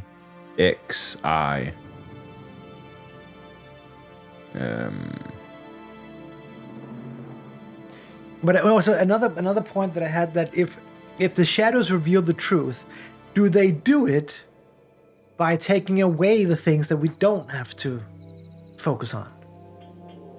So the shadow hides the things that we shouldn't focus on. That's of course another way to think of it. So it could be either or. Yeah. So if that is the case, then again, looking at the letters we had up there, we would have P, T, Psi, and U. Is that U? Particularly. I think no. Perhaps a U. I don't know. Sorry. And then an ev. It's li. Patel. Evli. Patevli. Silly. Silly. What if you go?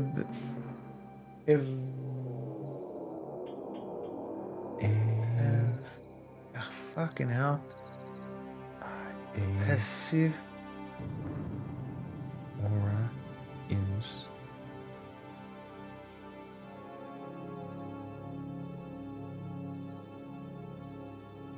Or Telepath. Telepath. do you read telepathy or something? I want to, but I don't quite. It's like they're like half words. They're pointing at words. Telepathy. That's Telepathy. Yeah. Oh my god.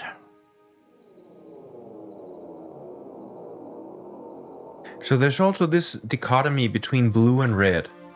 Yeah. And we had that also in the Hermit puzzle with the red path and the blue path. Mm-hmm. So do they speak together? The blue and the red The blue sides, and the like red. the red. Mm-hmm. But only these cards have it. Yeah, it's true.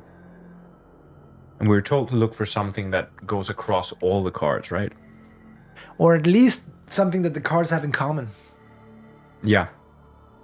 Well, of course they have the moon face, and they're all representative of all the different faces of the moon. These 8 cards, so we know that. And then things change as the moon passes across the sky. So what is it that changes? If you look at it, it's top of the mountain. It's this thing, but that's like it's difficult for me to find the sequence. Yes. I think that the way we've grouped the cards now are pretty good. Yeah. Good. It's a good starting off point. Because we have grouped them by similarities. These 3 cards have something with the ruin, like Jeden was talking about, and these 3 have something with the mountain and the ribbon with the letters. Do you think you can see these cards here? They have words written. What if you only have to read the words that are on the full or the dark or the light side of the moon? Yes. So either you read O or Ra. Yes. And here it's form if you read everything. Here you read A-T or E. Yes. So can something be constructed if you then follow the sequence? Then you have W-I. Yeah, but do you think we have to follow the sequence? Okay, let's do that. Do we start? Do we start read here? shadow, for example? See, yeah, it says AT in the full moon, and the E is in the shadow. So let's try to read the shadow. E. And what is the next card? That's down here. That's TA. Ite. Okay, it gets weird. Iteu. What if it's the other way around? What if AT is the starting of it's the bright side? So Okay. it's AT. Yes. Then it's... No, this is AT, the AT card. But if we go here then it's IO. IO. 8 IO. At ATO. That's not a word. ATIO. It's ET. It actually almost spoils it in that case where it says start with this one and it's AT. I think you're very right. AT at form, no. ATIO. But this here is new. Attract. There's format. Format? What would come before format? That will be that card, which is this one, right? Format? In this format.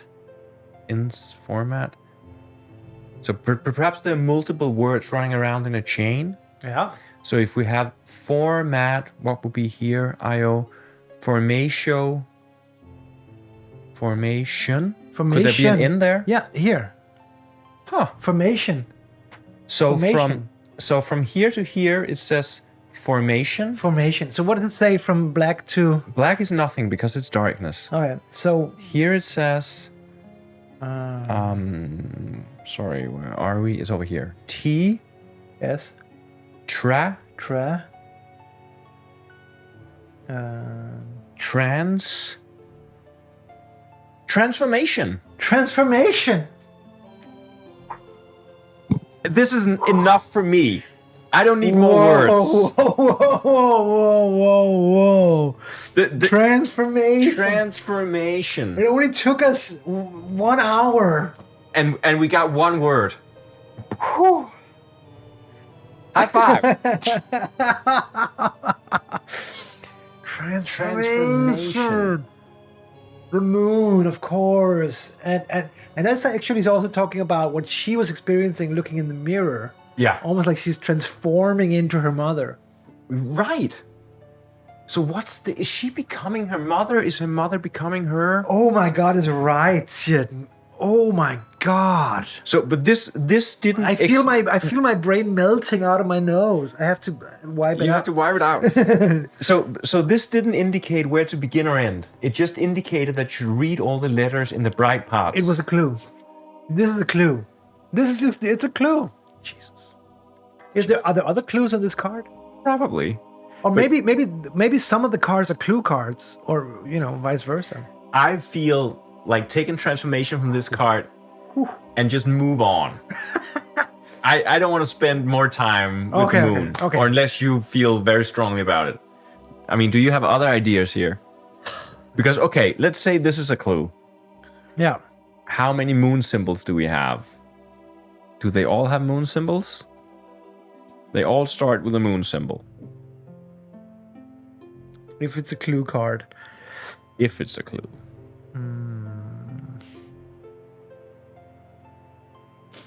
We have to read the transformation entry, I think. Yeah, I think so too. I mean, I need a little bit of success right now. Okay, let's read the transformation. Let's see what we gained here. But I'm not. We're maybe not done with it. I just want to see if we can squeeze one more. Whew, it's not easy. This game. It's not so easy. Let's hope transformation is here, right? Yeah. And of course it is. Yeah, of course. It looks to be the longest single word in the whole game. Oh, cool. That's pretty cool. 118. Let's see. So what happened was basically that we followed the moon and we discovered something about transformation. Let's see what we learn. You observe yourself walking into Sam's backyard, greeted by a large oak tree with a few lonely planks of wood in the branches and more lying broken in the grass below. The half-built tree house that you'd grown used to seeing there seems to be mostly gone. Sam is sitting at the patio table, drawing, and you remember this to be the last time you saw her in person. She had been avoiding you for the last few days. Just as school was about to be let out for the summer, and you finally mustered up the courage to just walk over to her house. So we haven't seen Sam since childhood. I don't know how old we are now, but I feel like at least we're in our 20s or something, returning back. So we walk over to her and says, "Hey." Caught by surprise, Sam lifts her head and looks at you. "Oh, hey. What happened to the tree house? It looked much further along the last time I saw it." "Long story," she answers, bringing her attention back to the drawing. "Sam, can I ask you something?" She silently nods for you to continue. "I feel like you've been pretty distant lately. Did I do something?" "No," she answers flatly, offering no further explanation. "Is it because I was giving you a hard time about wandering in the woods, you ask?" She shakes her head. "Well, what is it then? Did something happen out there? You look as though..." "I'm just really tired, okay?" she responds, looking at her watch. But it's not just that. I noticed, well, you just seem different than usual." "I have to go help my dad with dinner," she says abruptly. "See you later." She stands up and goes into the house without another word, leaving you alone and frustrated with yourself. And then the voice comes. "You only drove her further away. What makes you think Sam will want to listen to you now?" We drove her away? There's something else going on. You look back at the tree and notice one of the planks hanging by one nail as a pair of work gloves sits in the grass below. The scene fades, leaving behind the tree and the gloves. So there's work gloves. So someone actively demolished the treehouse, right? Sam's dad? If you have a hammer, go to. We could have had a hammer, What? but we don't have a hammer. We don't have a hammer. I didn't know it was a choose your own adventure style. No, I mean we have a backpack and a journal. Do we think we can get a hammer later on? I guess and we return? can find our hammer somewhere. Wow. Otherwise, add the work gloves to Sam's backpack. We now have work gloves. Okay. So I'm gonna write that down. So we have an inventory system going on. Apparently, yeah. Wow. I didn't know. Work gloves. But it also, there's a transformation, but the transformation is coming of age. Perhaps the treehouse is demolished, you know. Yeah. Another thing also is maybe the reason why Sam hasn't been wanting to spend time with us is because her mother died. Yeah, she has to go help her dad, but she doesn't mention her mother. Yeah. So that could be why she's withdrawn. Yeah. But why was the treehouse demolished? I don't know. Because, yeah. Her dad did that in anger and frustration at his wife dying. It's a little bit strange, but okay. Yeah, it's a little bit strange. Yeah. But there's also like, I don't know. Is there something between us and Sam?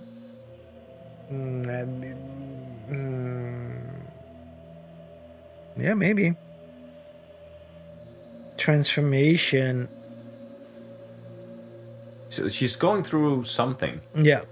But yeah, I think it's the mother dying. I think so, because obviously there's something very powerful there that Sam is reacting to. Yeah.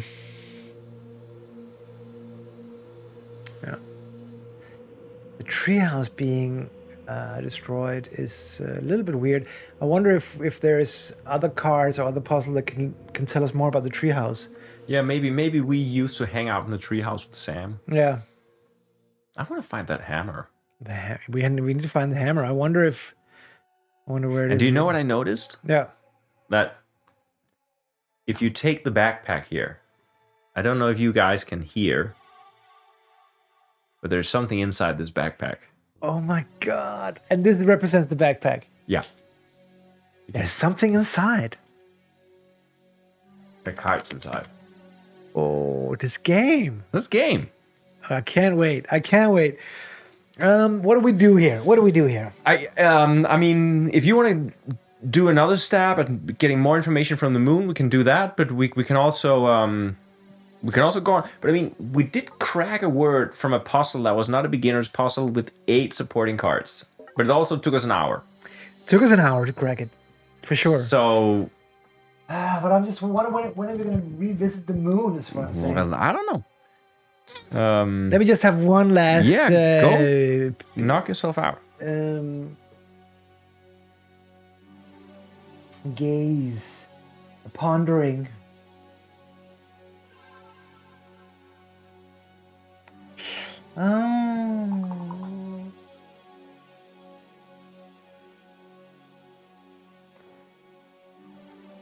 What? So is there anything special that catches your attention? Or which puzzle do we want to try to solve? Is it the icons, or is it the text, or is it the wands, or the mountains? Good question. I'm just looking for something that stands out as just like this was a clue. Yeah. So perhaps there's a point in using the main card as a reference for the other cards instead of looking at the other cards themselves. Well, it depends, because this could also just be a clue. This could be the only clue that this card contains, and this card could contain another clue. Yeah, but I mean, if there is some kind of logic, then this is the clue that explains all the different moon symbols. Could there be another clue that explains other symbols? I mean, is there something in this card, like these scorpions?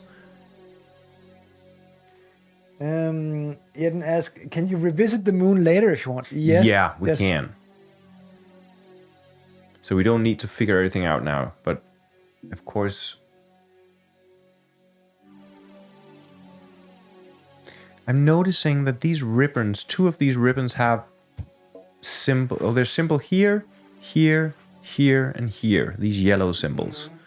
I can't see really what they are, or if they correspond to any of the top symbols. Yeah. They don't really.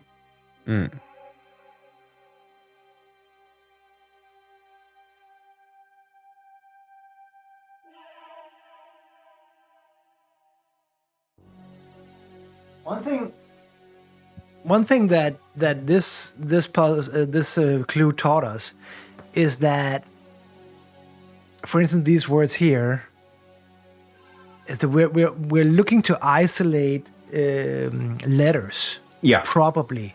We're not looking to take a piece of a sentence and string it on. So I'm thinking, and I think Yetten suggested this earlier, that this grid down here corresponds somehow up here. Yeah, but so can we find like where the same symbol is on multiple cards? So if you follow the red apple or whatever this symbol is, there's one there, there's one there, there's one there, there's one there. So that could be a 5-letter word. What if we could connect each of these cards to a corresponding mountain card? So to say this card belongs to that mountain. Is that possible, you think? Because if we could do that, we could, for instance, say this apple is the M in this case. Yeah. And this apple is the the I-Y. But then let's try to do that. I mean, this says darkness. This mountain is in the dark. I'm just trying something. Yeah. And then we have here, there's a lot of moon. There's not so much moon. So let's say it was like this. Just going by how much light is on the mountain. Okay. And then say this letter then, if we go on this red apple kind of thing, it would be an H. And over here, it would be an N. And over here, it would be an M and an S. This is clearly wrong, but Yetten suggests line of the monument to a line of the word. So the line goes here. Yes. And can we replicate that line up here? You see what you said? Line of the monument to a line of words. Yeah, okay. It doesn't correspond that easily. In this case, for instance, if we take this one, what would that mean? I mean, this one has 4 lines like these 4 stones, but then again, they all have.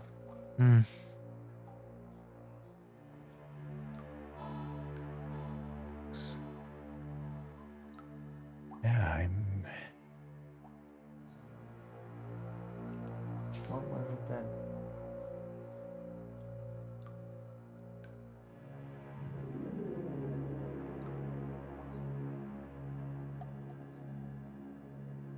I hope this is riveting streaming out there.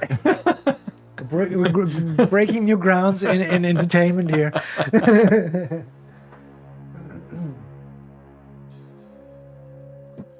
I really don't know. I mean, I really don't know. I also feel that what we've learned that Sam is going through a transformation, and I think that perhaps we need to search elsewhere and just accept that this is what the moon told us. Yeah. And if later we feel the need to revisit the moon, we can do that. I kind of feel like trying to move on in the story. Let's move on, because we're getting nowhere fast. That's the thing. I mean, maybe in an hour we'll discover something new, but perhaps we should try to... But I actually enjoy the before you discover the clue. Yeah, absolutely. Where you're just searching and you don't know. Absolutely. And suddenly it clicks. Yeah. And yeah. It's a huge reward when it clicks. Yeah. The reward is huge. It was a great moment. Let me just try to get these cards back together. So, 10, 9, 8. Okay, so this was the moon, everybody. Yeah. And we got one clue out of it. We and got we- one hint. What do you say? Yeah, we got a story bit. We learned something about Sam, right? We of learned a one solution. new thing about Sam. Yeah. That she's going through a transformation. We kind of knew that, but anyway, we're getting a little closer. And there's something about that mother that's... Is it? But it's really perhaps a dark game about It sounds death dark. and loss and grief, because she sounds dark. not happy, right? Yeah. She sounds like something is wrong. Let me just... Sam, where did you get all these was wands up? from? We're missing a lot of wands here, but we can... Did I? You may have Why? put them somewhere else. Did you put some wands aside? I don't know. I'm just gonna check this. That's right. Bam. Well, we'll find them if we need them, I guess. So, anyway... Maybe there's a twin pattern between her and her mother. Yes, there's definitely something twin. Yeah, but what twin. What could that be? Is the lover a twin card? The lovers? I mean, I'm tempted to the lovers because I would like to understand something about the relationship between her parents and between her and her parents. Yeah. So I could be up for the lovers. Yeah. Because otherwise, which I don't know tarot that well to say that this card is typical for the twin or has a twin ability. No, I mean there is something we could. I mean, death would probably be if we to go very dark and deep into her mind, or we could justice. Have someone been wronged? But what about difficulty? Should we take one that's not so difficult? If we want to take one that's not so difficult and doesn't have a lot of cards, the star is on the easier. Oh my god, the moon was an easy puzzle. Well, we did get. Well, in our defense, we did get one. We did get one word. Bite of puzzle. Oh, fuck. So yeah, okay. So we can take the star. It has 2 associated cards. Or judgment, which is 4 associated cards. The hanged one with 5 associated cards. The magician with 6. Those are easy ones. Judgment, is there anything? I mean, the star is. I don't feel it like. I think the lovers is the one that. Yeah, it's not an easy one, but I think it's calling out to us. Yeah. I mean, we might as well stumble there as anywhere else. Yeah. And also, we should try difficult puzzle. Yeah, let's go lovers. Okay, let's do the lovers. So you need to find the lovers, and then I'm putting the moon back, by the way, because I don't think we completely resolved it. No, I don't think we did so either. And then we need the knight and queen of cups. Okay. And that's all. Okay. Okay, so we can perhaps zoom in a little bit. Yeah.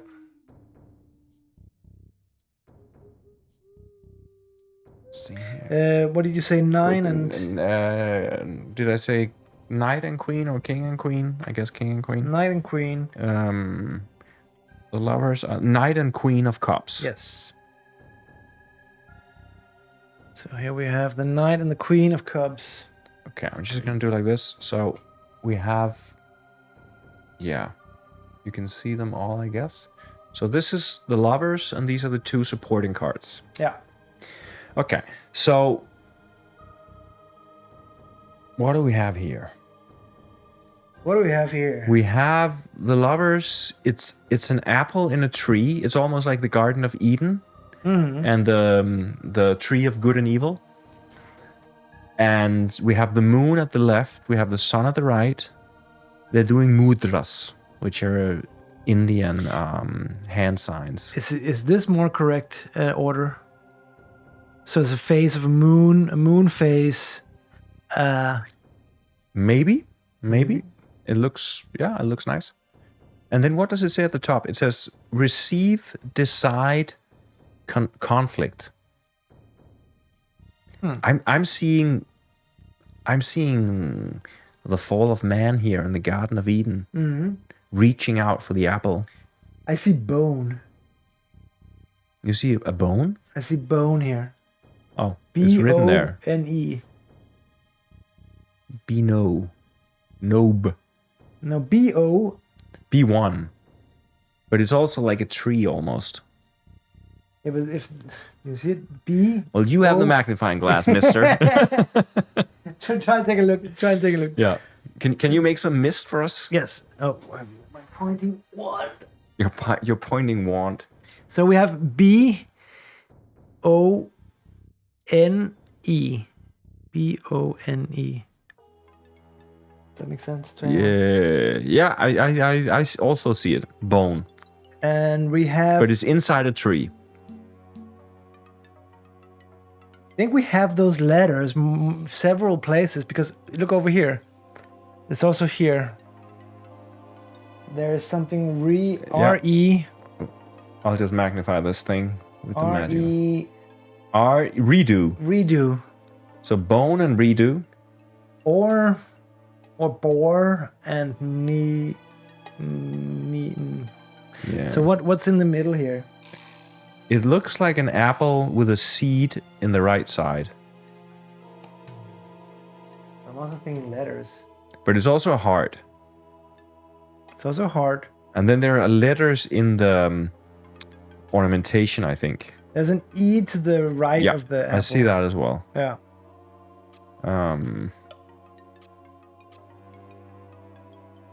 There's a heart at the top. These hands meeting. And the lovers decide. Receive conflict. And then there's this it's a crown and it's a goblet, and some of the roses have withered, and one of them is sort of in bloom. Yes. And leaves are falling. Is this the story? Or perhaps we're being too dramatic. Perhaps they just got divorced. It says conflict, decide. What? When we were looking through the wooden box. Yeah. Was it in an attic or something? And they had started a bookshop together. But didn't they die in that story? That was in our story. Ah. The newspaper clipping was just celebrating that they opened a new bookshop. Ah, okay. So maybe they divorced. She's missing her mother. Mm-hmm. They divorced. Perhaps because her mother had mental problems. And that's what's happening to Sam now?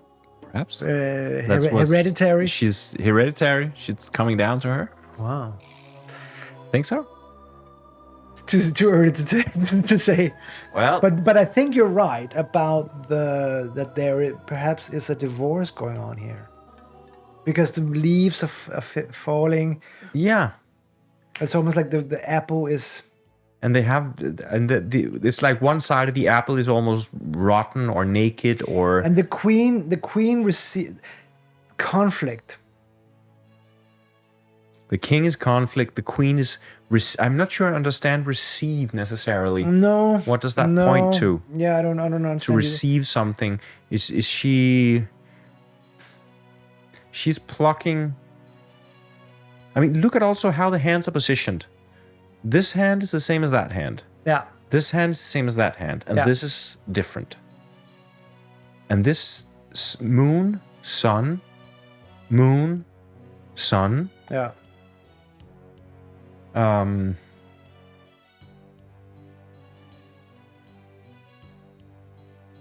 The apples could be the treehouse. Feels like he picks her. Feels like he picks her rose, and then the last card indicates a disappearance. Because there's only one hand. Yeah, that's possible. Yeah. Wait a minute, I'm just gonna see. I think it looks like the stream is very stuttery.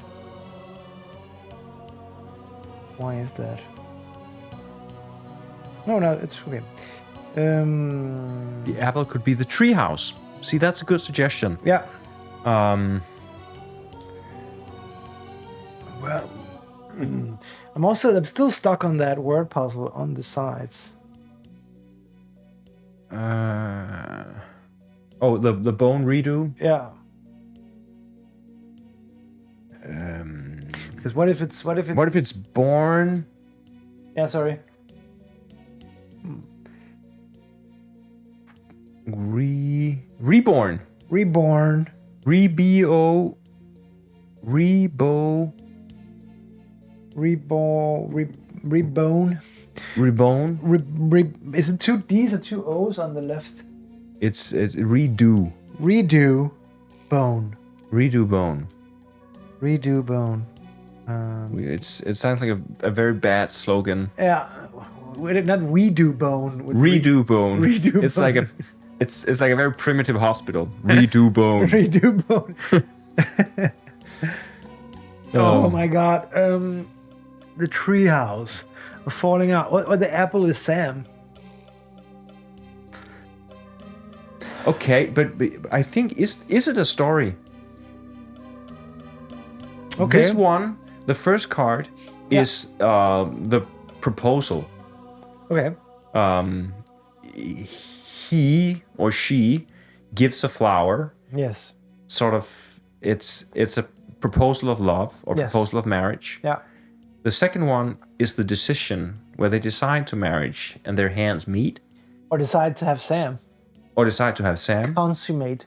And the last one is the conflict. So it's 3, again, we had transformation before. It's 3 phases that their relationship is going through. Yeah. It's the relationship of lovers. I think actually this sequence is good, right? Sequence is right. I think so for now. But I don't know how we make it into words though. As I mean, we have the re here. Yeah. That corresponds to that re. We have a do. Do we have a do anywhere? Didgeridoo? No. No. We have a bow. We do not. N. We do not.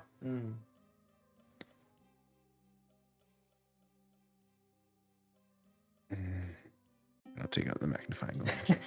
The magnifying glasses. It always helps, you know. Solves everything. It always makes me feel better.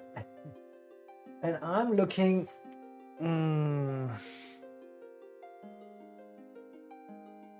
Wonder. 5. There is.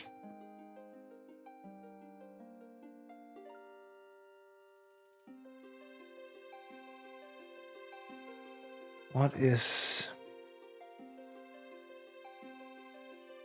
Any letters in the tree? We There's found an E. We found an E in the tree. There's an E in the tree. I don't know if that's meant to be a letter, but perhaps. Yeah. Can I just turn this Oh yeah. Sometimes we need to do that actually. just to see what comes up if we do that? I actually only see the E clearly. Yeah. Rest. Could rest is a good suggestion And actually. on the top right, could it be rest? Oh yeah. Could that be Almost. rest? At least. Almost at least. Rest. Or Are there more to it? return. Let's. Now I'm gonna just go nuts. Yeah.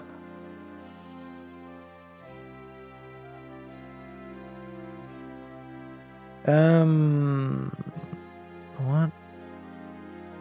Rest. Could that then also be a word? Sorry. Could there be a word over here as well? Yeah.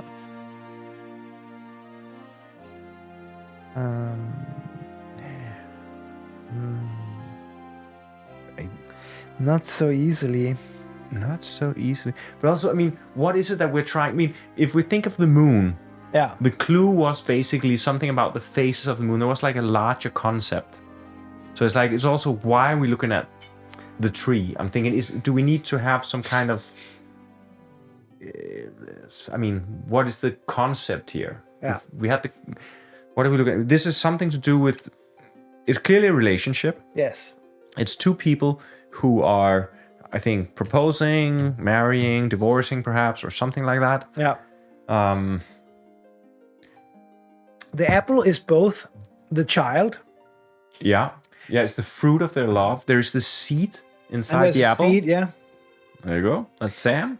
Is that But Sam? why is the apple sliced? Is it because that they are sort of spending their love and it's running out? Or Or is it something inside of Sam that's growing? or is it because their love is differently attuned? Like Yeah. they have different levels of engagement in this love. Yeah, you could see that. But there's a heart between their fingers. But also on the right side, could you say that the son, if the man is the son of the Yeah. he's the one who is slicing the apple, and it's intact on the left side. Yeah. I'm stretching. But I'm not sure what it means. But I get. But there is definitely something about, again, like the moon and two faces, a shadow, light. You want the magnifying glass? Yeah. It has helped many a time.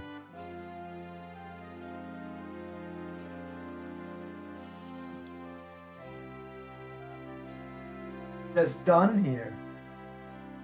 Done. I'm just gonna do, for the sake of our many viewers. Done. Where do you see done? Done.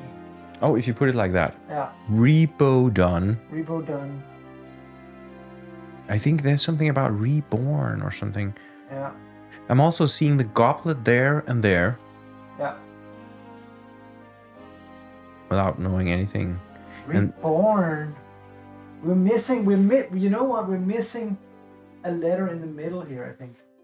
we had an E over here. Yeah. Wait a minute. What if we do like this? Is there something here? Oh, the forms match. Could it line up somehow? Something here. Maybe, but it just seems like we haven't understood the concept of the card. It's like it's. I mean, we can always put letters together, but it seems like there should be some kind of rationale behind it, right? Yes. Can you read again the clue? The clue. Yeah, we should definitely do that. Didn't we even read the clue? I don't remember any clue. Jeez, I don't think we read it. Okay. Then we're playing on hard mode. Yeah, that's really hard mode. This is nightmare mode. All right. We didn't read the clue. Oh my god. That's why we're searching. Okay. Okay, listen up. A scarlet apple hangs on a tree branch in front of you, tempting you with its luster. You reach for it, only to see another hand coming toward it too. You halt, and instead of grabbing the apple, gently bend your reach toward the hand as if drawn to it by some invisible force. Just before your palms touch, you hear the old woman interject. Whether it is day or night, a kiss between lovers may feel whole, but it is only ever one side of the truth. Encounters of love will bring choices of trust. And then there's the voice that comes at us from the mist. You'd be foolish to think that you can trust anyone. You're all on your own, alone, just like Sam. Wow. Sam is alone, all alone. Okay, so the old woman says, whether it is day or night, we have the sun and the moon, right? Yeah. So whether it is day or night, a kiss between lovers may feel whole, but it's only ever one side of the truth. Encounters of love will bring choices of trust.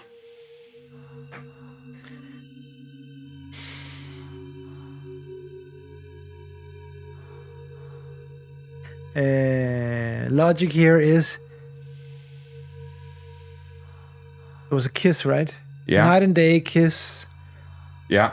A kiss between lovers may feel whole, but it is only ever one side of the truth. Yes, and this is the one side of the truth. Yeah. You know, one receives more receive or love. gives more, or like that. And what was the last part? Is only one side of the truth. Encounters of love will bring choices of trust. This is a choice, and this is also feels like a choice. But if there's two sides of the truth, like whether day or night, that is the kiss. Yeah. Then there is the night side of the truth and the day side of the truth. Yeah. Is there any more? Is the last part? Encounters of love will bring choices of trust. And then the voice says that we'll be foolish to think that we can trust anyone. We're all on our own, just like Sam. Could this be the... We're all on our own, just like Sam. Again, I think that implies that Sam she somehow lost her parents, or one of her parents, or there's been a breach of trust, which could be divorce. Yeah. I think her parents is... I think it's divorce. I think they're divorced. Yeah. There's been a breach of trust. Yeah. So it's about breach of trust, and I think it's the parents that have breached the trust towards Sam. So if these are the two different sides of... I think, again, this is right. Because I think this is the kiss. It feels whole, but it's really divided into two. And these are the two different truths. Ah, okay, like that. Yeah, I see what you mean, yeah. And this one is...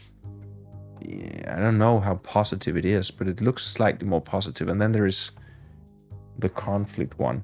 But still, it seems we have four letters. Maybe we have rest. We don't know.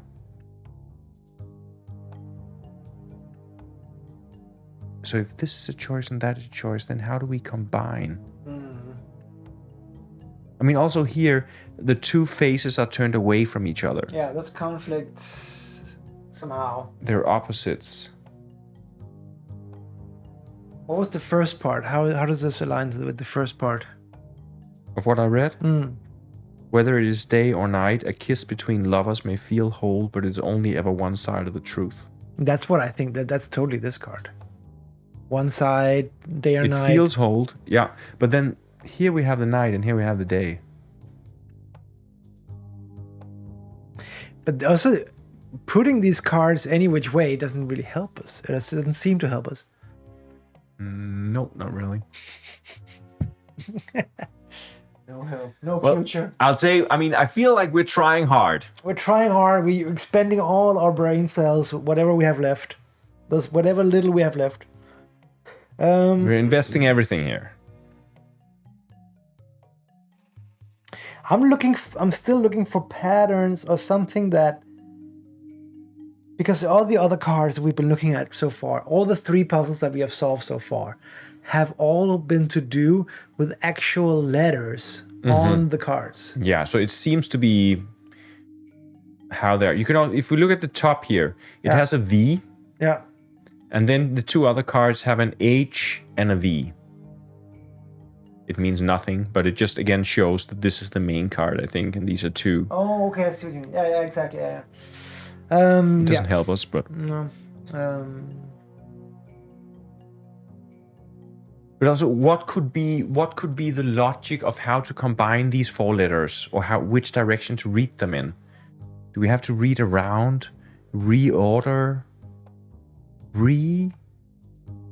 Okay, if we read go 1, Edo 1. Yeah, let's not start with B. Yeah. Let's start with 1. 1B, 1B, 1 or do, 1 or 2. Okay, no, it's completely random, but 1 or... Okay, we're going in Matrix mode now. Yeah. 1, I think there's something to that. 1 or... But there should just be a system, right? Grown. Because look here, we have purple, blue. Okay. So perhaps there is something that tells us how to read these things. So D... B row...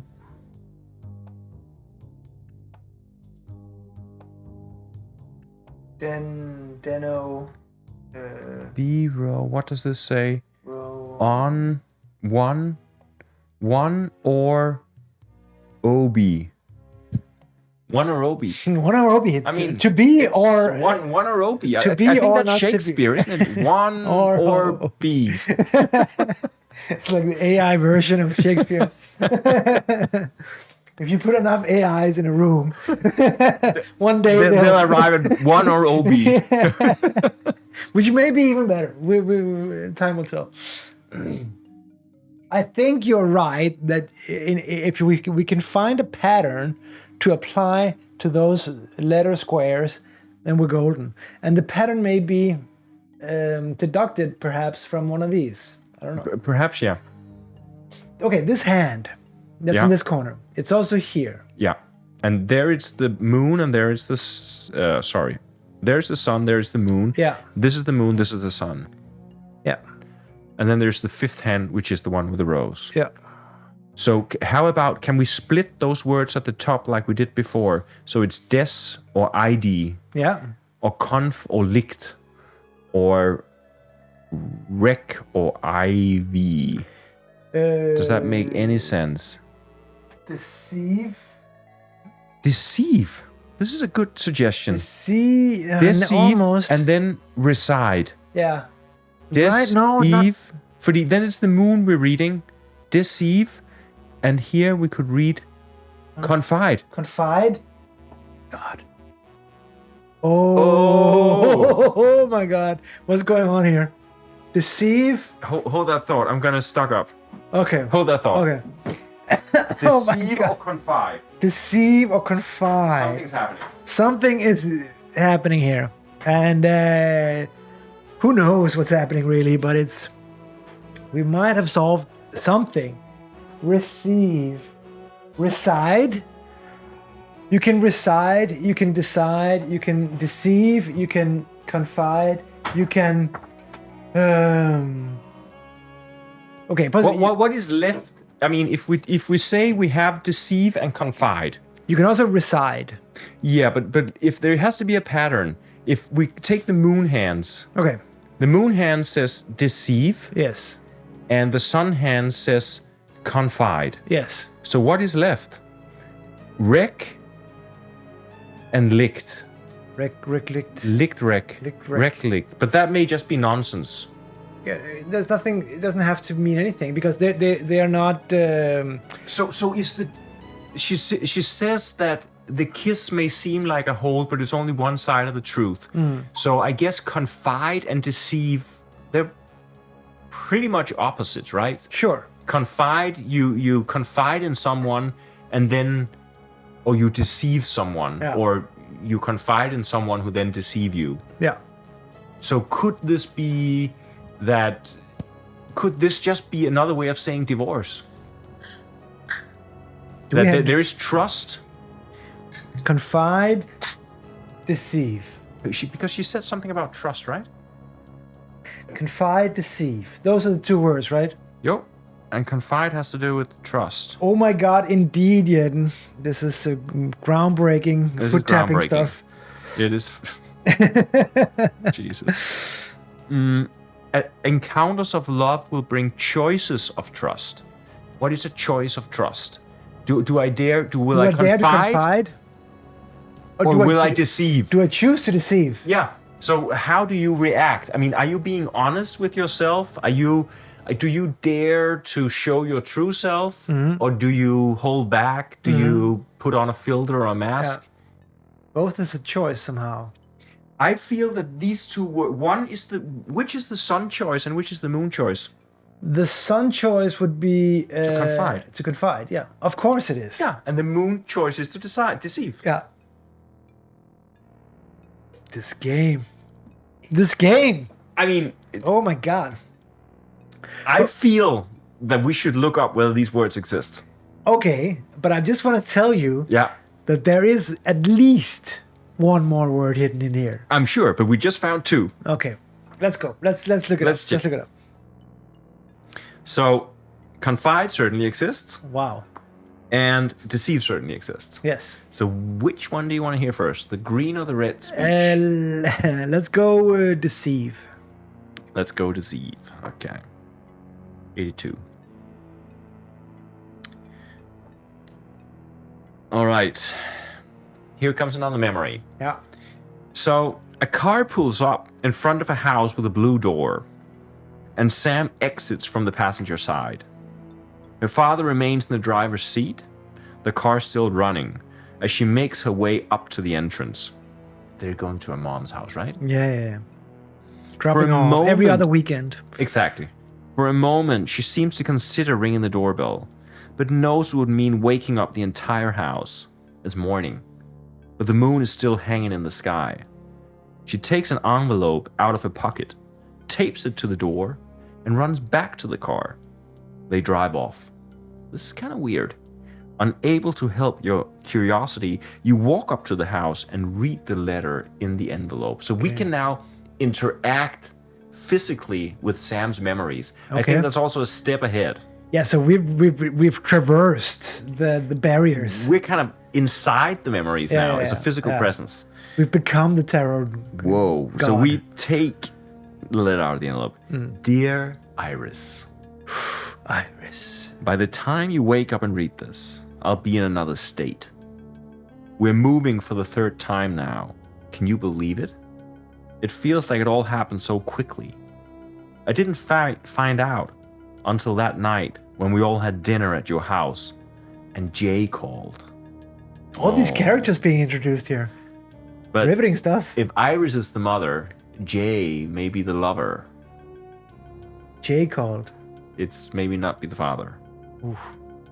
I know I should have said something, but please, please, please don't hate me for not telling you sooner. I just wanted to enjoy the time we had left without a heavy goodbye looming over us. I'm gonna miss you so much. I'll call you when we get the phone set up at the new house. I hope you'll still talk to me. Love always, Sam. It seems like Sam is taking a lot of responsibility for whatever's going on in her parents' life. How old is Sam? I think she's just a kid. She may be a teenager. Could it be a lover of Sam's? Like a lover, but a girlfriend, boyfriend? What's the scene here?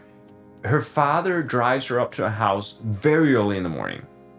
Saying goodbye. She runs up to the house to say we're moving to another state. But she decides not to wake up the house, and she just pins this envelope with a letter to the door. That's not for her mom. That's for a friend, I think. Friend or lover. Lover is the wrong word. But, but it's right. Mom sounds wrong, right? Yeah. And dear Iris, she wouldn't write that. And also, if they were moving to another state, either the mom is going with them or she already knows. Yeah, but then there is this thing about Jay. So she says, I didn't find out. We're moving for the third time. Can you believe it? It feels like it all happened so quickly. Whatever happened. I didn't find out until that night when we all had dinner at your house. And Jay called.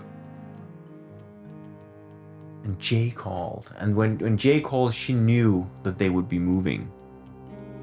Her father is Perhaps Jay? Jay is the father. Yeah. But who's Iris? Is it a sister? Is it I think it's a friend or a girlfriend or something like that. Okay, so it's a difficult goodbye. Yes. So it could be a friend or... But it also makes sense why she's not trying to wake up the house, because probably Iris is not, She's not the mother of the house. She's not the mother of the house. So she's her close friend. Yeah. And she wants to say goodbye. Yeah. But I don't know why I think that it's more than a close friend. I'm convinced. Do you think it's more? I think it's more. It's her partner? Yeah, I think it's something like that. Okay. I don't know what to call it. Maybe?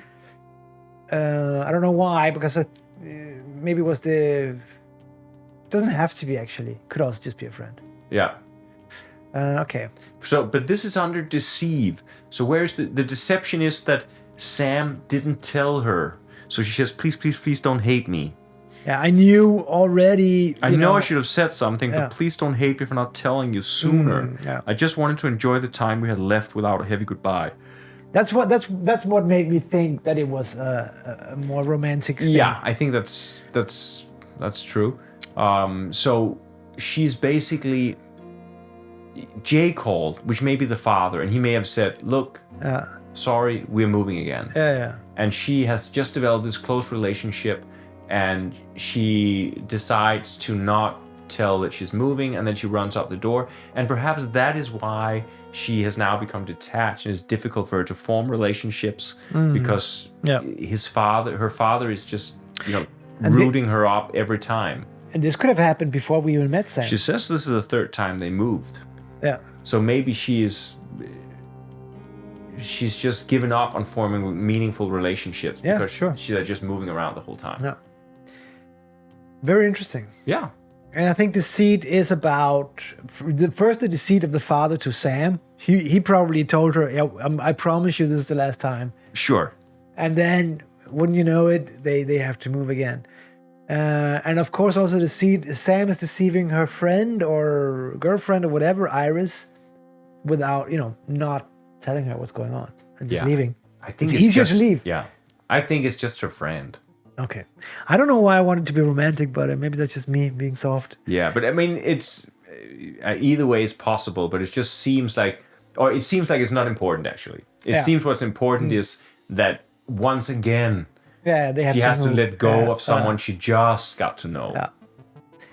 So, now I wonder, what about Confide? Let's do that. 76. This is poor Sam, indeed. Yeah, poor Sam. We're trying to find her. I mean, she's gone missing. And not only is she lost, but she's also. But it's also kind of cool that we're not just trying to find Sam. We're also trying to find out who Sam is and what her story is. Yeah. And she's disappeared into these tarot cards, leaving these breadcrumbs that we're following. It's a great. I like the setup. I really setup. like the setup for this. That's cool. Did you bring extra? I bring extra materials for you. Great. Yeah. Extra. So let's hear it. Confide. Yeah. Extra green tea. It's late afternoon, and a golden sunset spills over a quiet park. You see the silhouette of Sam and another girl, Iris. I'm just suggesting here.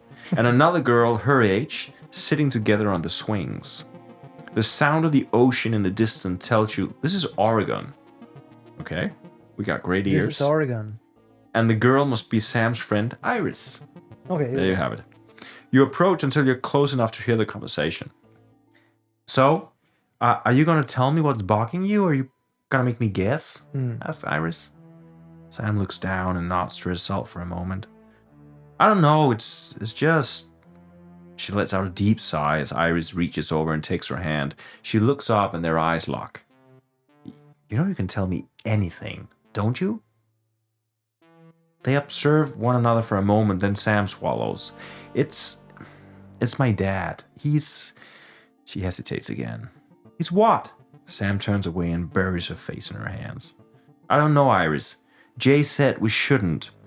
Sam, Iris interrupts, taking back her hand. It's okay, she smiles. Sam takes another breath. He's been drinking, Iris. And secretly, too. It's it's a very grown-up conversation. I just don't know what I'll do when Jay leaves for college. Oh, it's the brother. And Sam begins to tear up. Iris leaves her swing and kneels in front of Sam, embracing her with both arms. We can figure this out, Sammy. We've still got each other. Remember? And then the voice comes. She confided in Iris, but she didn't tell you any of this. You're she's working better friend with Iris than she is hard. with You're working so hard to find her, and she doesn't even trust you. Oh my God! So this is like the devil on our shoulder. Yeah.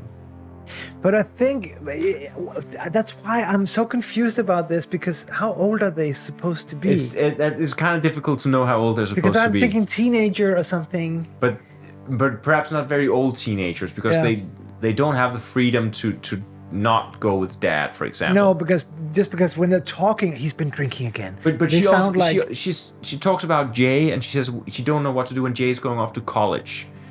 Jay's probably her older brother. Yeah. And if Jay's going off to college, she's what, 15, 16? So she's 12, 13, 12, 14? 13, something like that. Yeah. And their father is drinking, Yeah. and her mother has left.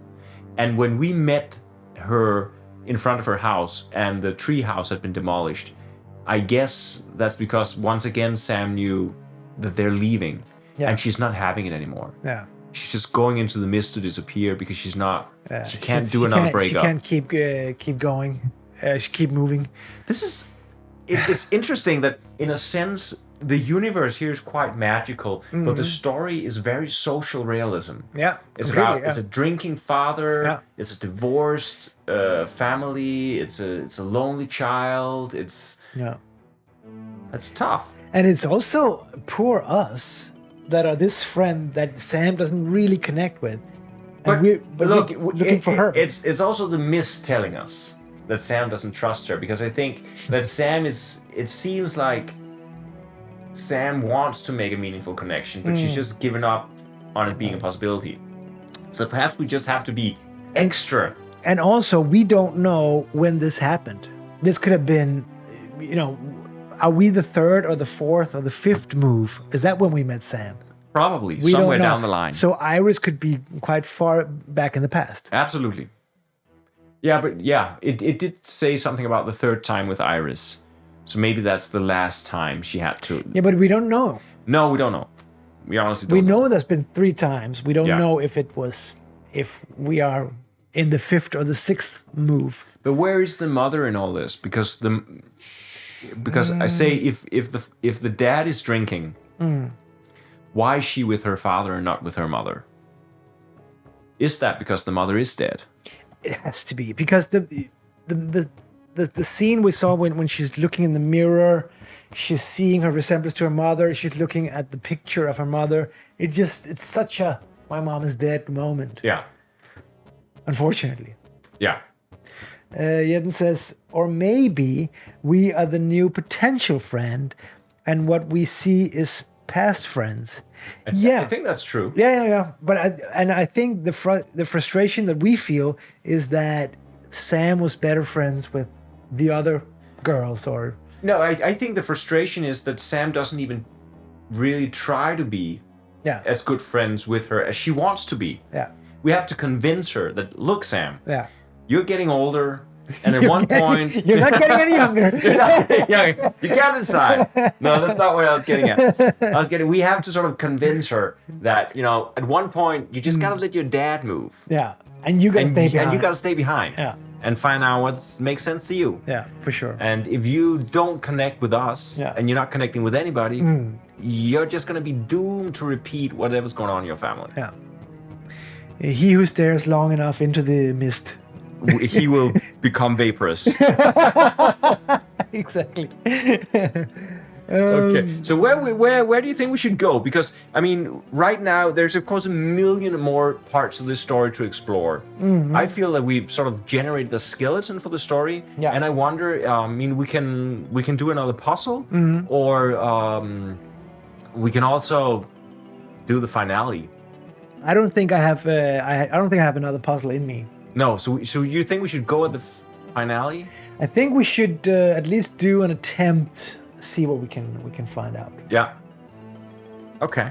Because I don't think I have any more puzzling left. Then should we do like a tarot reading of Sam? To see, it's kind of like a last-ditch effort. Yeah. Because we're not. This is going too slow. We're not finding her any time tonight, I don't think. So a tarot reading. We might as well use the cards to try to read. Yeah. So what do we want to read? We could ask, where are you? Obvious question. We could also ask something about, why don't you love me, Sam? Why don't you like me? Yeah, I think because it seems that we already answered the question of. We could ask what's troubling her. What's troubling you? We could ask what she's running from. Where is your mom? Where is she? We want to understand something about the mom, and we want to understand something about where she is now, right? Yeah. But I think that's too easy. We can't really ask that. It's too direct somehow. Yeah, it's too direct. Yeah. What do you want? What are you running? What are you scared of? What are you running from? Yeah, what are you running from? I kind of like that to find out, because it's not just a I drunken dad. I don't think it's what she wants. I think it's what she's trying to escape. Yeah. So okay. So what you're running from? Yeah. I mean, she's disappeared into the mist. Yeah. And what is she looking for? Or is that too vague? Is that too much to ask even?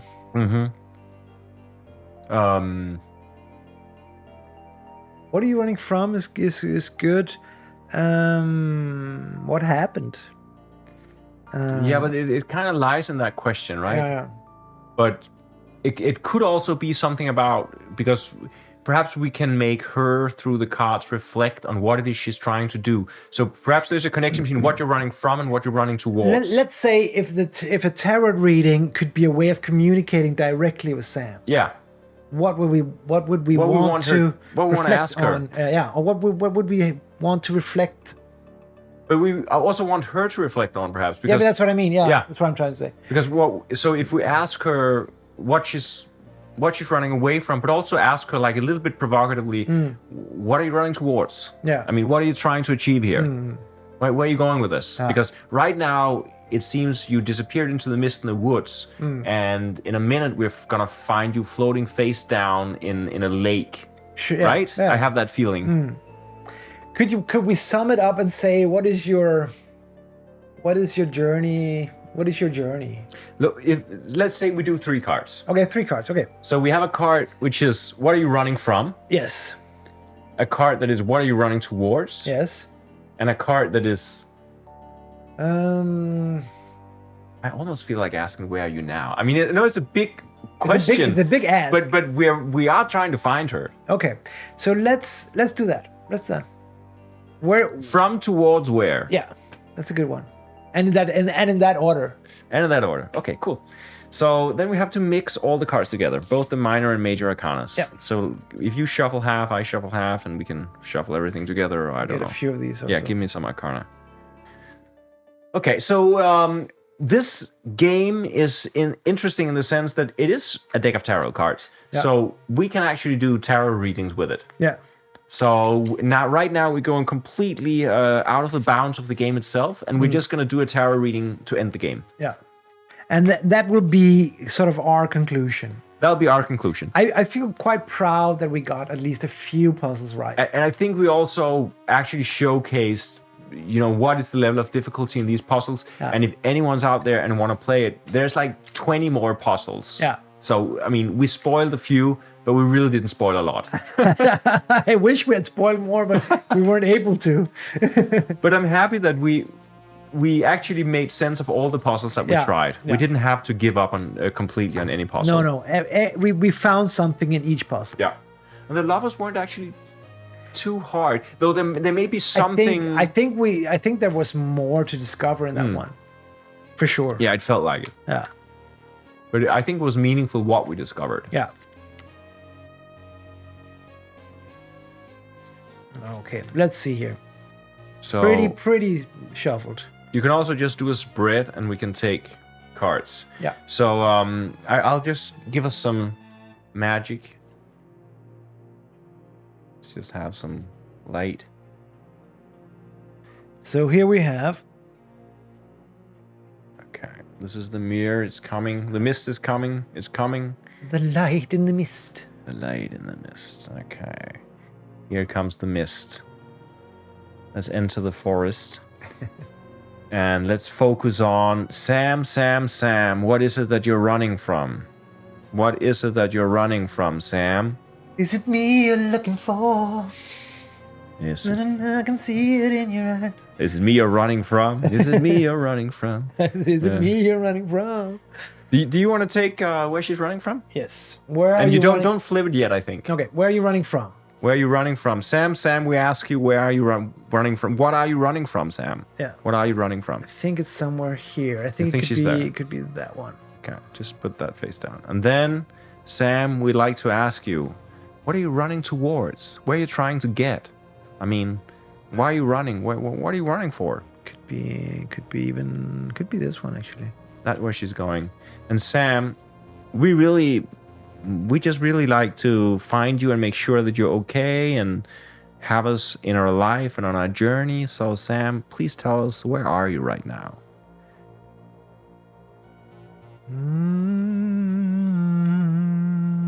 Is that where she is? Let's be this one. That's where she is. Okay, cool. Then let's remove all the other cards.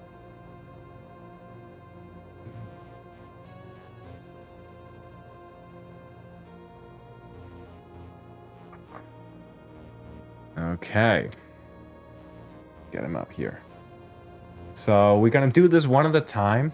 I think none of us are really like expert tarot readers, but we have a bit of guidance in this book. I also think tarot is something that anyone should be able to do, because it's up to you. Yeah, and I feel like we know enough about Sam that we should be able to communicate with her. Yeah.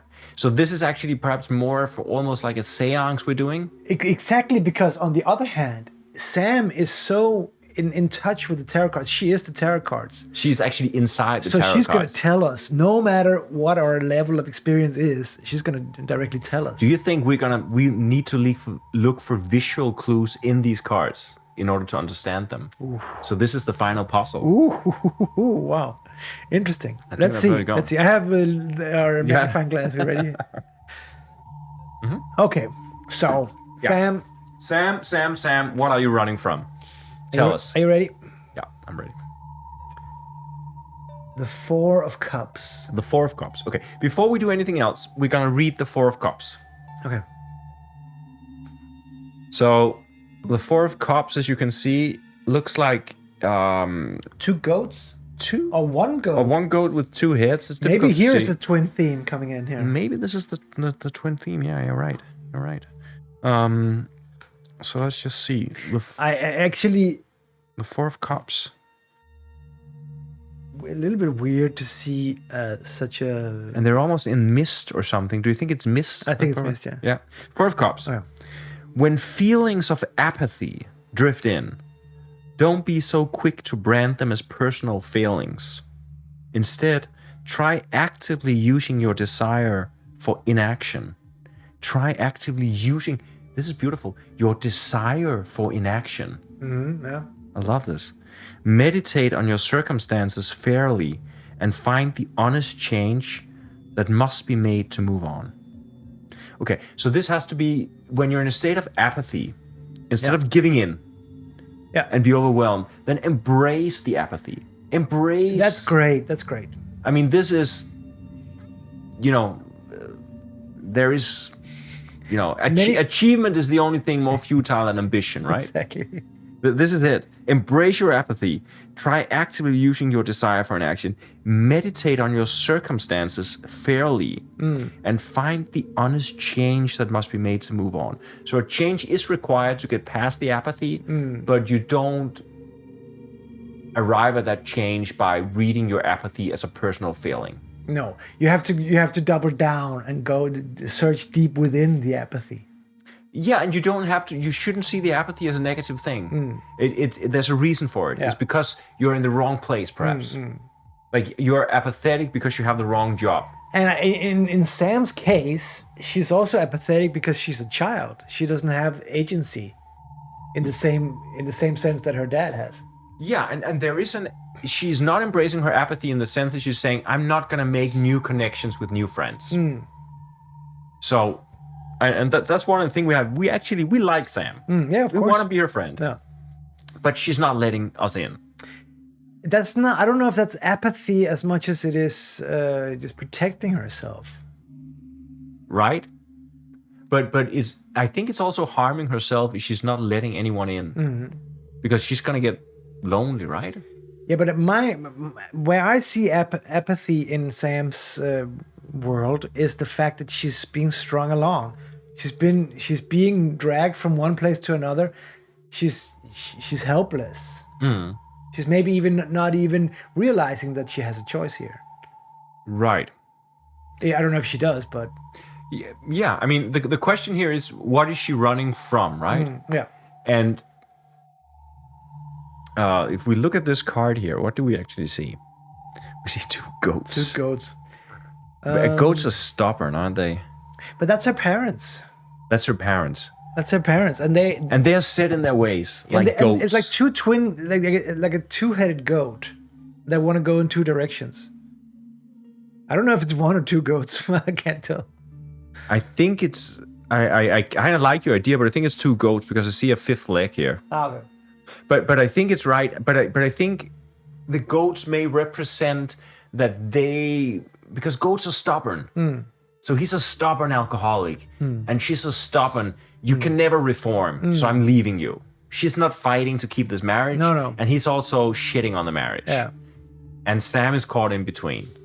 And this apathy that she's just being, I mean, we don't know whether her mom is alive or dead, but whatever it is, she's just letting herself being strung along. Yeah. She's not doing anything. No. She's apathetic about it, and she is feeling that it's her fault somehow. Sure. And I think in her case, because she's so young, I think apathy means lack of agency. Probably. So she's basically, it's her. Jeden says, hello, it's a tail, it's a two-headed goat. Oh, is it not a leg? It's a tail. Oh. There's only 4 legs. Okay, yeah, you're maybe right. I saw it as a leg. But it still could be, I think it's still the parents. Yeah, but it's still interesting because it means that you're parting ways. And even you can see in the stomach, it's almost like they're ripping apart. Yeah. Okay, so this is also basically showing the split between the parents. Yeah. That they're going in different directions. And what is that? Some kind of magical thing floating up there? A fairy? Is it a flower or is it a? You need the magnifying glass. It's a fairy, like a Tinkerbell or something. Oh. So there's magic there. Jeden also says, or maybe the two-headed goat could be the father or the parents, a butterfly. But I think it's the parents. It's the parents, yeah. But that little bit of magic is that the strength that is needed to sort of embrace. If we say apathy is lack of agency, then she has to accept that it's okay. She has to accept that she has no agency because she's a child. But that doesn't mean that she shouldn't, still make friends along the way. Yeah. Yeah, and I think that she has to realize that this is just something that she has to go through. It's gonna suck. And she's not her parents. No. I mean, her parents, they have their own thing. They're joined together at the body. Yeah.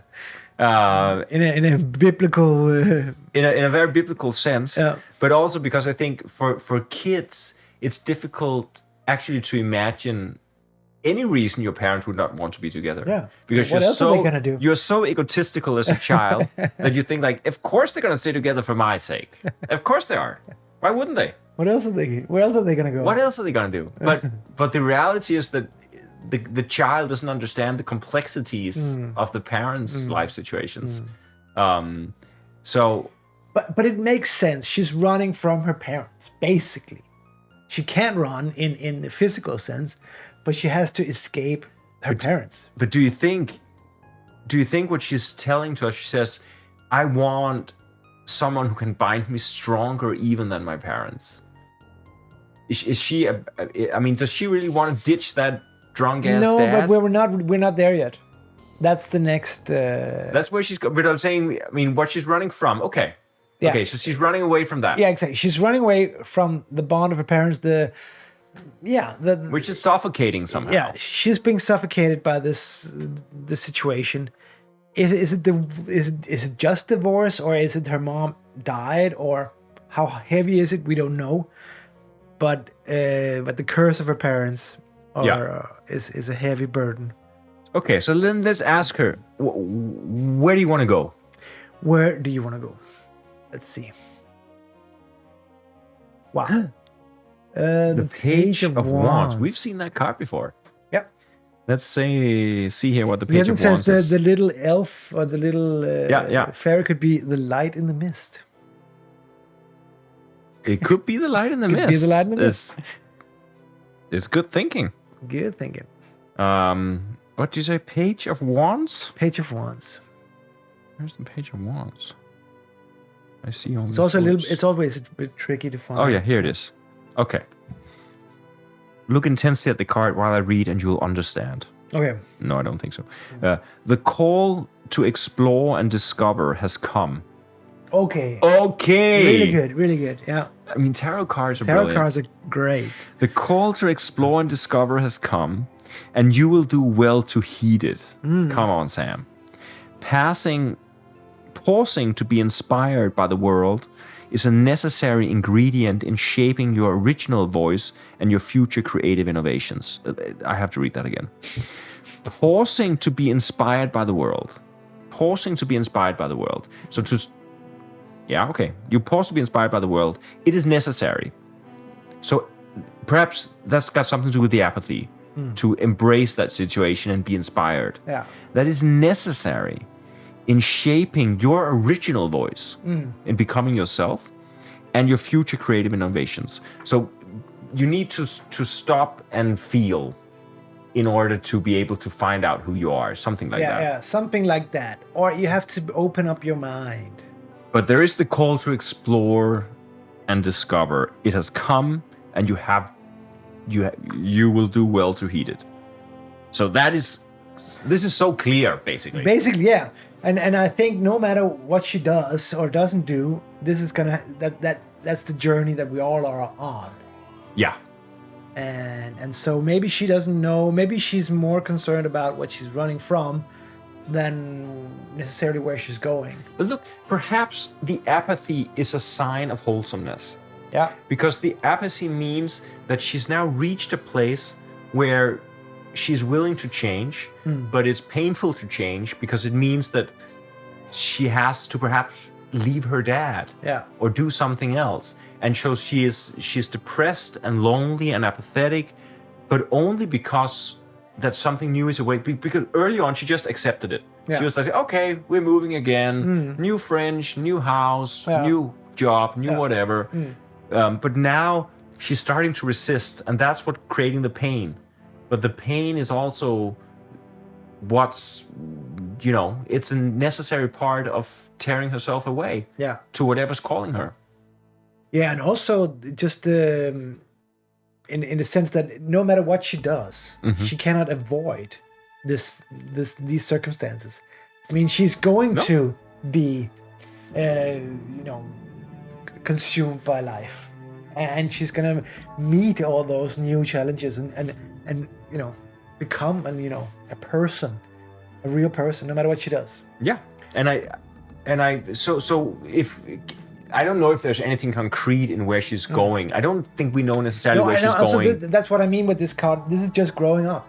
This is just becoming a human. I mean, if we look at it, it's the new moon. Yeah.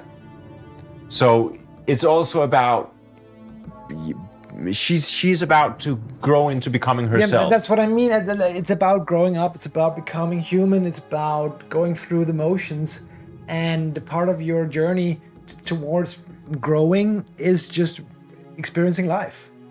It's a very natural thing. But I think the pain involved here is that if she had come from sort of a normal, stable family, she would be supported in growing up. Yeah. But right now, her father is probably, if he's an alcoholic, he doesn't have that energy to really focus on her and her needs. Yeah. So it's much more painful for her to grow up because she feels that she's not being supported. So she's already outgrowing her father. Yeah. I mean, her father who's supposed to deteriorating. That's the thing. He's supposed to have brought her up, but he's just drinking himself to death. Yeah. So she is already outgrowing her own father at the age of 12 or something. Yeah. This is bad. That's not good. But it happens. But I think it's kind of like a coming of age, kind of like a coming of age card. I think she's leaving her father behind. Oh, really? Yeah, I think she's leaving her father behind. I think that's the pain. But that's of course inevitable. It's I think it means that she's gone into the woods. She's disappeared into the mist because her father has told her once again, we're moving. And this time she's not. That's where we come in. So she's gone on a, what do you call, a walkabout, in the Australian sense. But I think that's where we come in. Yeah. We gotta step up Because if we like Sam as a friend, perhaps we also like her a little bit more than as a friend. And if we want to hold on to that beautiful girl who and she's magical for us because she came from a different state. And also she is actually magical in the sense that she only exists in tarot cards right now. She is pretty magical. So I think we have to make a choice here. Yeah. And that choice has to support her choice. So we have to say, okay, Sam, you don't have to follow your dad into death and damnation. No. You know, we're not super old, I guess. But, you know, we can probably convince our parents that, you know, Sam can have the spare room, or Sam can move in, or Sam can whatever, or they can help Sam out. The treehouse, if it wasn't just if her father hadn't, you know, destroyed it in a drunken rage, we could go there. So, and the last thing. The last thing is, where is she? Where is she? If we were to impart this knowledge upon her. No, but I think this, to me, this tells me that we have now to meet her with this direct proposition of saying, hey, look, Sam, you can stay with us. Yeah, and also you can have your own life. Yeah. You don't have to be strung along.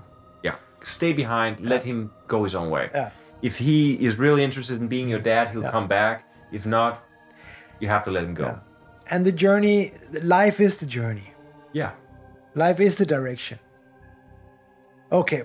Let's find out where she is. Where are you? Sam, where are you? There's a comment there. Should we just read that? Yeah. First, the mother leaves. The Jay leaves for college. Oh, what was it? The brother. Yeah, what was her name? Jan? Jay. Jay leaves for college. Then Sam leaves. Guess the next game is to save the father from total destruction. Yeah. Yeah, but I think the father seems to be a lost case. The father lost case. He's on his own journey into his own mist of alcoholic vapors. And that's, of course, what Sam doesn't understand. And that was what I was trying to say before, that the children don't understand the complexity of the parents. Oh. So they carry the cross, but they don't understand. But they don't understand. Yeah. So they're also naive. So here we go. Sam, where are you? For the sake, reveal yourself. Reveal yourself. The Queen of Swords. Whoa, she's on a river. Is she? Oh my God. Queen of Swords. Do you think we've? Oh, this is a great card, by the way. So the river is shaped like a woman, like a person or a woman or. The Queen of Swords. What is this card? Cool card. Is card 8? No, because it looks both like some sort of technical drawing, but then you see the swords are also walls or something. Yeah, it's. Please no. What? Do you know something about the Queen of Swords that we don't? I'm desperately trying to find out something about the Queen of Swords here. Jeden has some secret information, inside knowledge. Okay, are you ready? Yeah.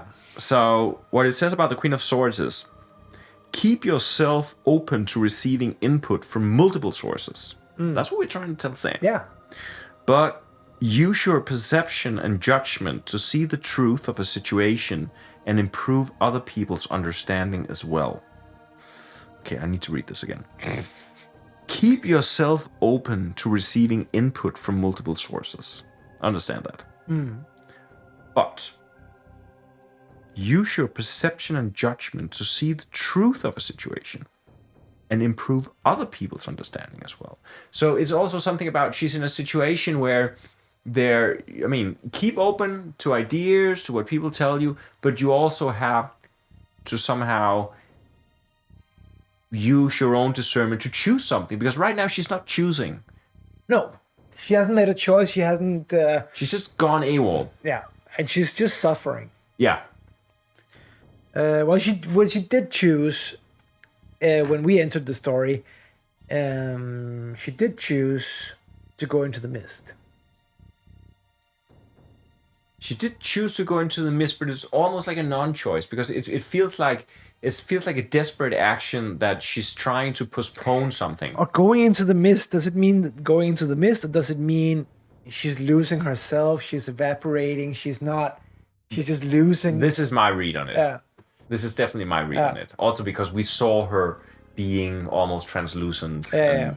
So I feel that she's losing herself. Yeah. And now there's going to be all these. I mean, perhaps this card is also describing you have to be open to multiple sources of information, which is her father is saying, come with me, Sam. And we're saying, even though we're also just a kid, I think, we're saying, you know, stay behind, Sam. Come on, break away from that. You know, it's destroying your life. And she has to make a choice. And we can't make that choice for her. But it's scary that the world around this river that she's caught in is made up of swords.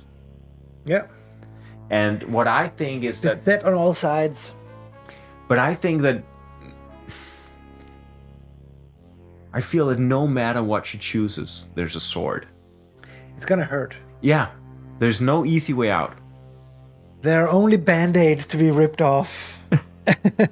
There are only, loose flesh to be run through by sharp swords. But that's the thing. It's gonna hurt. It's gonna be fucked. Look, and in that sense, it's also a larger parable, right? We've, in different circumstances, we've all been there.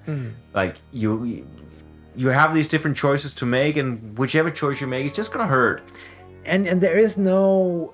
And that's also the thing, that there is no win. You can't win in this one. No. You can't win life. It's gonna be what it is. You're surrounded by swords, but if you don't go into any of the swords, you're gonna drown in the river. That's exactly what... That's your situation. Exactly what this is. Sums up the situation perfectly. You either drown or you get run through with a sword. So you choose. Choose your sword of preference or stay and drown. Yeah, but I think that's what it says also, that if she doesn't choose between us and her father or whatever other choices she may have, she's gonna we will never see her again. She's gonna be drowned in the mist. She's gonna evaporate and be a non-person and lose herself. She's just we're gonna find her sandals on the beach of some kind of lake somewhere. But you know, getting out of the water and into, you know, dry land doesn't come without thorny bushes. No. So I think this is what we gathered from this story. And I feel that it's an interesting game in the sense that it's super puzzly and it's some very interesting puzzles, but it's also like, it's probably the most serious games that we played in a long time.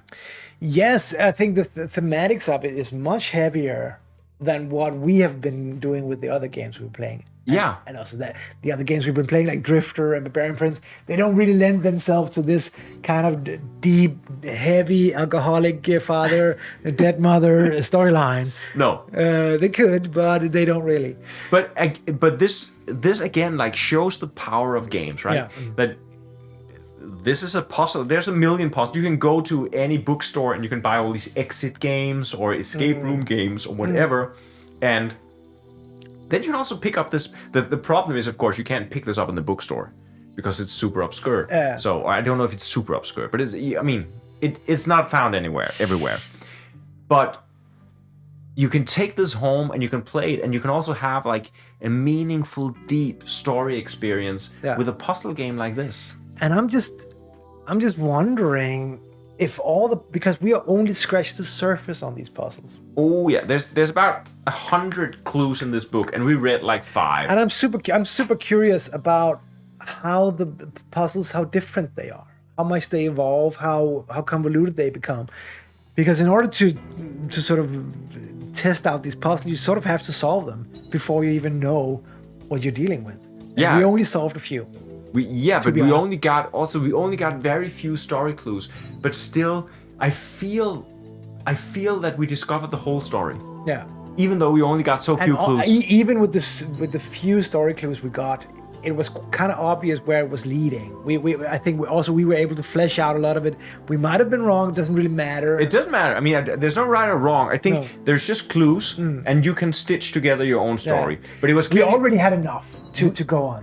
And there may be details. There may be, who knows what details might be in there. But I think one thing I struggled with was exactly like, where are we in the sense of how old are these people? I don't like criticizing games really, but I think I would have liked to have known a little bit more exactly. Who are we? Yeah. How old are we? Yeah. What's our relationship to Sam? actually would have been cool in this sense, because we want to have a connection with Sam. It would be nice to know who we are, Yeah. just so we know what kind of relationship we're building. But I with think, Sam. I mean, we can create ourselves. Sure. And I feel that we're the new kid on the block. Yeah. Sam comes in, she's new in school. We make friends with her. She's a little bit detached because perhaps we're also drawn to the people who are, because we are also a little bit estranged ourselves. Yeah. We're drawn to her. And then she doesn't connect and she Yeah. disappears and we get word. Yeah. And I think that's the story. But I agree that it would have been nice to have that kind of etched in stone before. Yeah, we just began. get it out of the way, Like, so we. This is yeah. how it is, because I actually, and I think I also wrongly pitched the story like that in the beginning, like we were in our 20s and we were turning to a hometown or something, because that was my idea. Yeah, and maybe could have been. But I think it was different. Yeah. No, but again, we don't know much about these games when we sit down and play them. We know we nothing. just give them a shot, and I think this one was great, and I think that just this pure primitive satisfaction you get from solving a puzzle Yeah. is amazing. But especially when solving the puzzle becomes meaningful, because you Yeah. get story bits Yeah, as a exactly, prize. yeah. The prize is not just sort of, I combined the patterns. Yeah. It's like I get to read Yeah. some more information about this puzzle that I'm trying to solve, Exactly, the story yeah. puzzle that I'm trying Yeah, to solve. yeah. And the story puzzle, perhaps it has no end. Or I guess it has an ending because you can go to and solve Yeah, the that's the world. world card. Yeah. But who cares? yeah, I mean, yeah. We're not going to do that tonight for sure. that's for sure. Oh. But actually, Post Curious, who put out this game, they Yeah. put out a whole series of puzzle story games. I'm So very it's curious. A new thing. I'm very curious to see what the other games are. Yeah. Because for me, like this is, if I want to play a puzzle game, this is perfect. Yeah. I don't need it to be an escape room of, this is fine. This is super great. And I like that it's brave enough to just be sort of hardcore social realism serious. Yeah, Like and- we're just doing this super depressive game about and at the an same- alcoholic father and But at the same time, wrapped in the mists. Yes. And wrapped in a tarot logistic system. But also, that's how you are as a child. If your father is an alcoholic or you probably you live in this world of fantasy also. And So you it has that escape childish. you escape into some sort of madness. Yeah, and there is this feeling both. There is the magic, the fantasy, the mist, the old woman, the witch, the everything, and then there is sort of the hardcore thing. Your father is drinking. Your parents are divorced. Your mother is dead. There's all this on top of it, and it's actually it just bears out very nice. It works super well. I think, would this be a game that would be better suited to playing alone, or No. with more people, or where you like each take 4 cards and go into different corners? I mean, or- I think this is a 2-player game, and I think it's very much a couples game. yeah. Because Yeah, or that makes sense. someone that you're close with, because if you're not able to talk seriously about the story, it becomes nonsense. I mean, then if No, but like all games, like all art, you have to take it seriously. yeah, but that doesn't normally happen if you're 4 guys sitting together drinking beer. I know. But so you have to be like, I mean, we insist on taking games seriously, Yeah. so it's not a problem. But otherwise, I think you need to play it with someone that you're close with and that you can have this conversation with. Yeah. It may be your family, it may be your friend, it may be your partner, it may be whatever. But I don't think this is. I wouldn't play this game just for the puzzles. No, and that's also like in each good puzzle game that inches you forward. That it's almost like a gift, Yeah. or award. What do you call it? Yeah, an award, a medal There you needs get to be a prize somehow. when you solve a puzzle. You get a prize. But if we look at what is the essence of a board game, the essence of a board game is very often that it's a puzzle game. We play so many different games, and very often, or basically all the time, you're in a situation where you're trying to puzzle your way out of the situation. sure, yeah. Even if you're playing a skirmish war game and you have 2 elves fighting 3 dwarves or something mad Lord of the Rings like, you're trying to puzzle your way out of the situation. And what you get from most games is that you kill the opponent or you escape or whatever. This here is a very similar mechanic, I feel, except that the payoff here is that you get to be told a sort of a super depressive story about growing up as a lonely child with a dead mother and alcoholic father. And that is so badass that you use this, which is normally just used for gratification. Like, I puzzled my way out. You take 2 damage or something. Here it's like, I puzzled my way out. Okay, I get to learn more about this super sad circumstance of this girl who's gone lost in the woods. But I completely agree, and it's a great payoff. It's a great reward for solving the puzzle. But it's also a dynamic, like a tonality change, where you spend this intense brain crunching. All the gears are turning. Smoke is coming out of your ears. You're trying to solve this puzzle. You succeed. Huge high point. Huge relief. Complete the peak, and then you don't go back. You go into another mode, which is reading that story. So you have this dynamic curve that is super interesting that you don't really have in other games. Yeah, I agree. And then so you read the story, and then the story becomes a platform for choosing your next riddle. So you have the super interesting dynamic curve of engagement.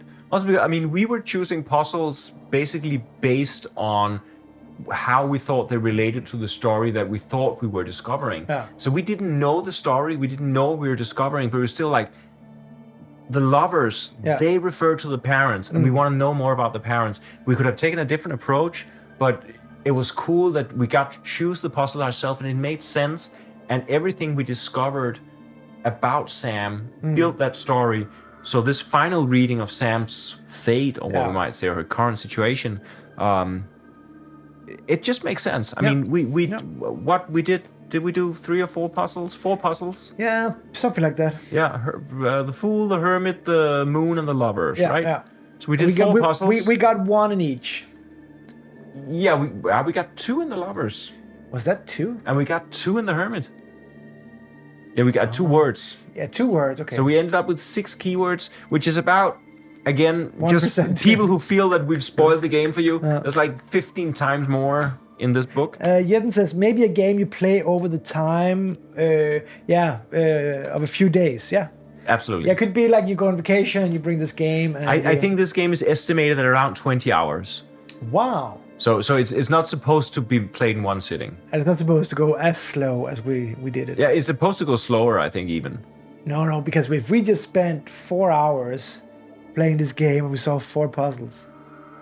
Yeah, and there are 22. Okay, but we're not so far off. It's actually pretty close too. Okay.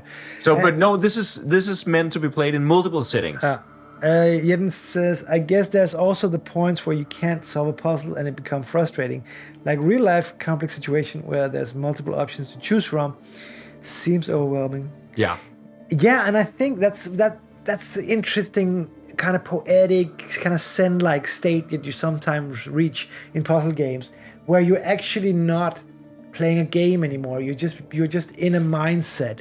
You're in almost like meditating over a problem, and maybe you're not making any progress, but it's just that's all that your head is consumed with for a brief moment of time, and that's quite beautiful in its own way. But it's interesting because we played cooperatively and we're working on the same puzzle. It's perfect to be in that kind of frame of mind. But if you play competitive games, this is basically what's known as analysis paralysis, where you have one player who's so stuck in his own puzzle that he takes up like 15 minutes to make a move on the board, and everybody else is suffering. And you're not being kind, you're not being generous, because you're taking up all the time from the other people. So that's a bad thing. But here, because you're in it together, you're riffing off each other, and you're like, oh, but what if that symbol matched that letter? And no one is winning or losing. It's just about beating that puzzle. Yeah. And I think that for me, like puzzling in these kind of games, it's meditative. Yeah. And it's very beautiful. That's why I'm so interested in that crazy curve you go through. Yeah.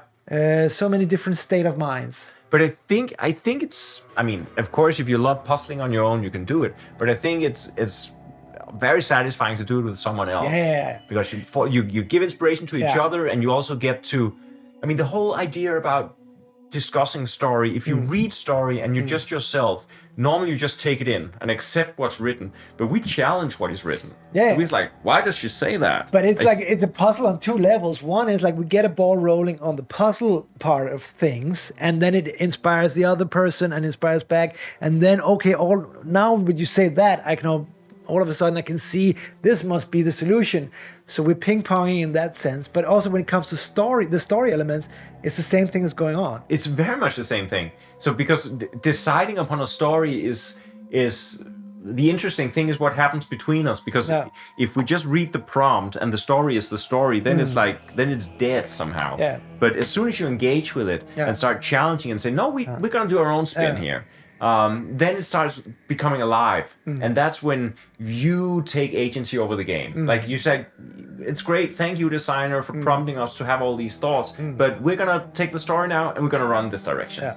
And that's why it's a game. That's why it's interactive. It should be that way. You should not be, constrained by the story. You should not. If you feel it's depressing and you want a more happy story, just turn it into a happy story. Yeah. Don't bother about whatever's written. You can make up your own mind about the story and make it your own. Absolutely. Because I also think it's vague enough that you can actually make it your own. Yeah, I don't know how it ends, of course. We'll see. Who knows? But I think we had a good run of it. What we could do in 4 hours. Yeah.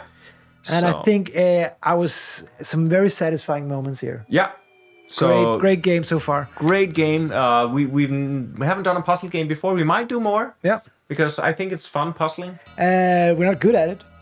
No, but we were better than we thought. Yeah, I think we did okay. Yeah. We weren't glorious. Nobody. If you say it takes 20 hours to solve this, and we spent 4 hours solving 6 puzzles out of how many? Now, we did 4 puzzles out of 22. So we did like a fifth of the puzzles in 4 hours, 20. It's pretty close. It's pretty close. We're far off. No, we may not have solved the puzzles completely, but we solved parts of them. Yes. So anyway, that doesn't matter. So thank you for another great stream. Great hopeless stream. Yeah. What do we usually say? We say stop winning. Stop winning. Start losing. Stay hopeless. And with that, we bid you goodbye.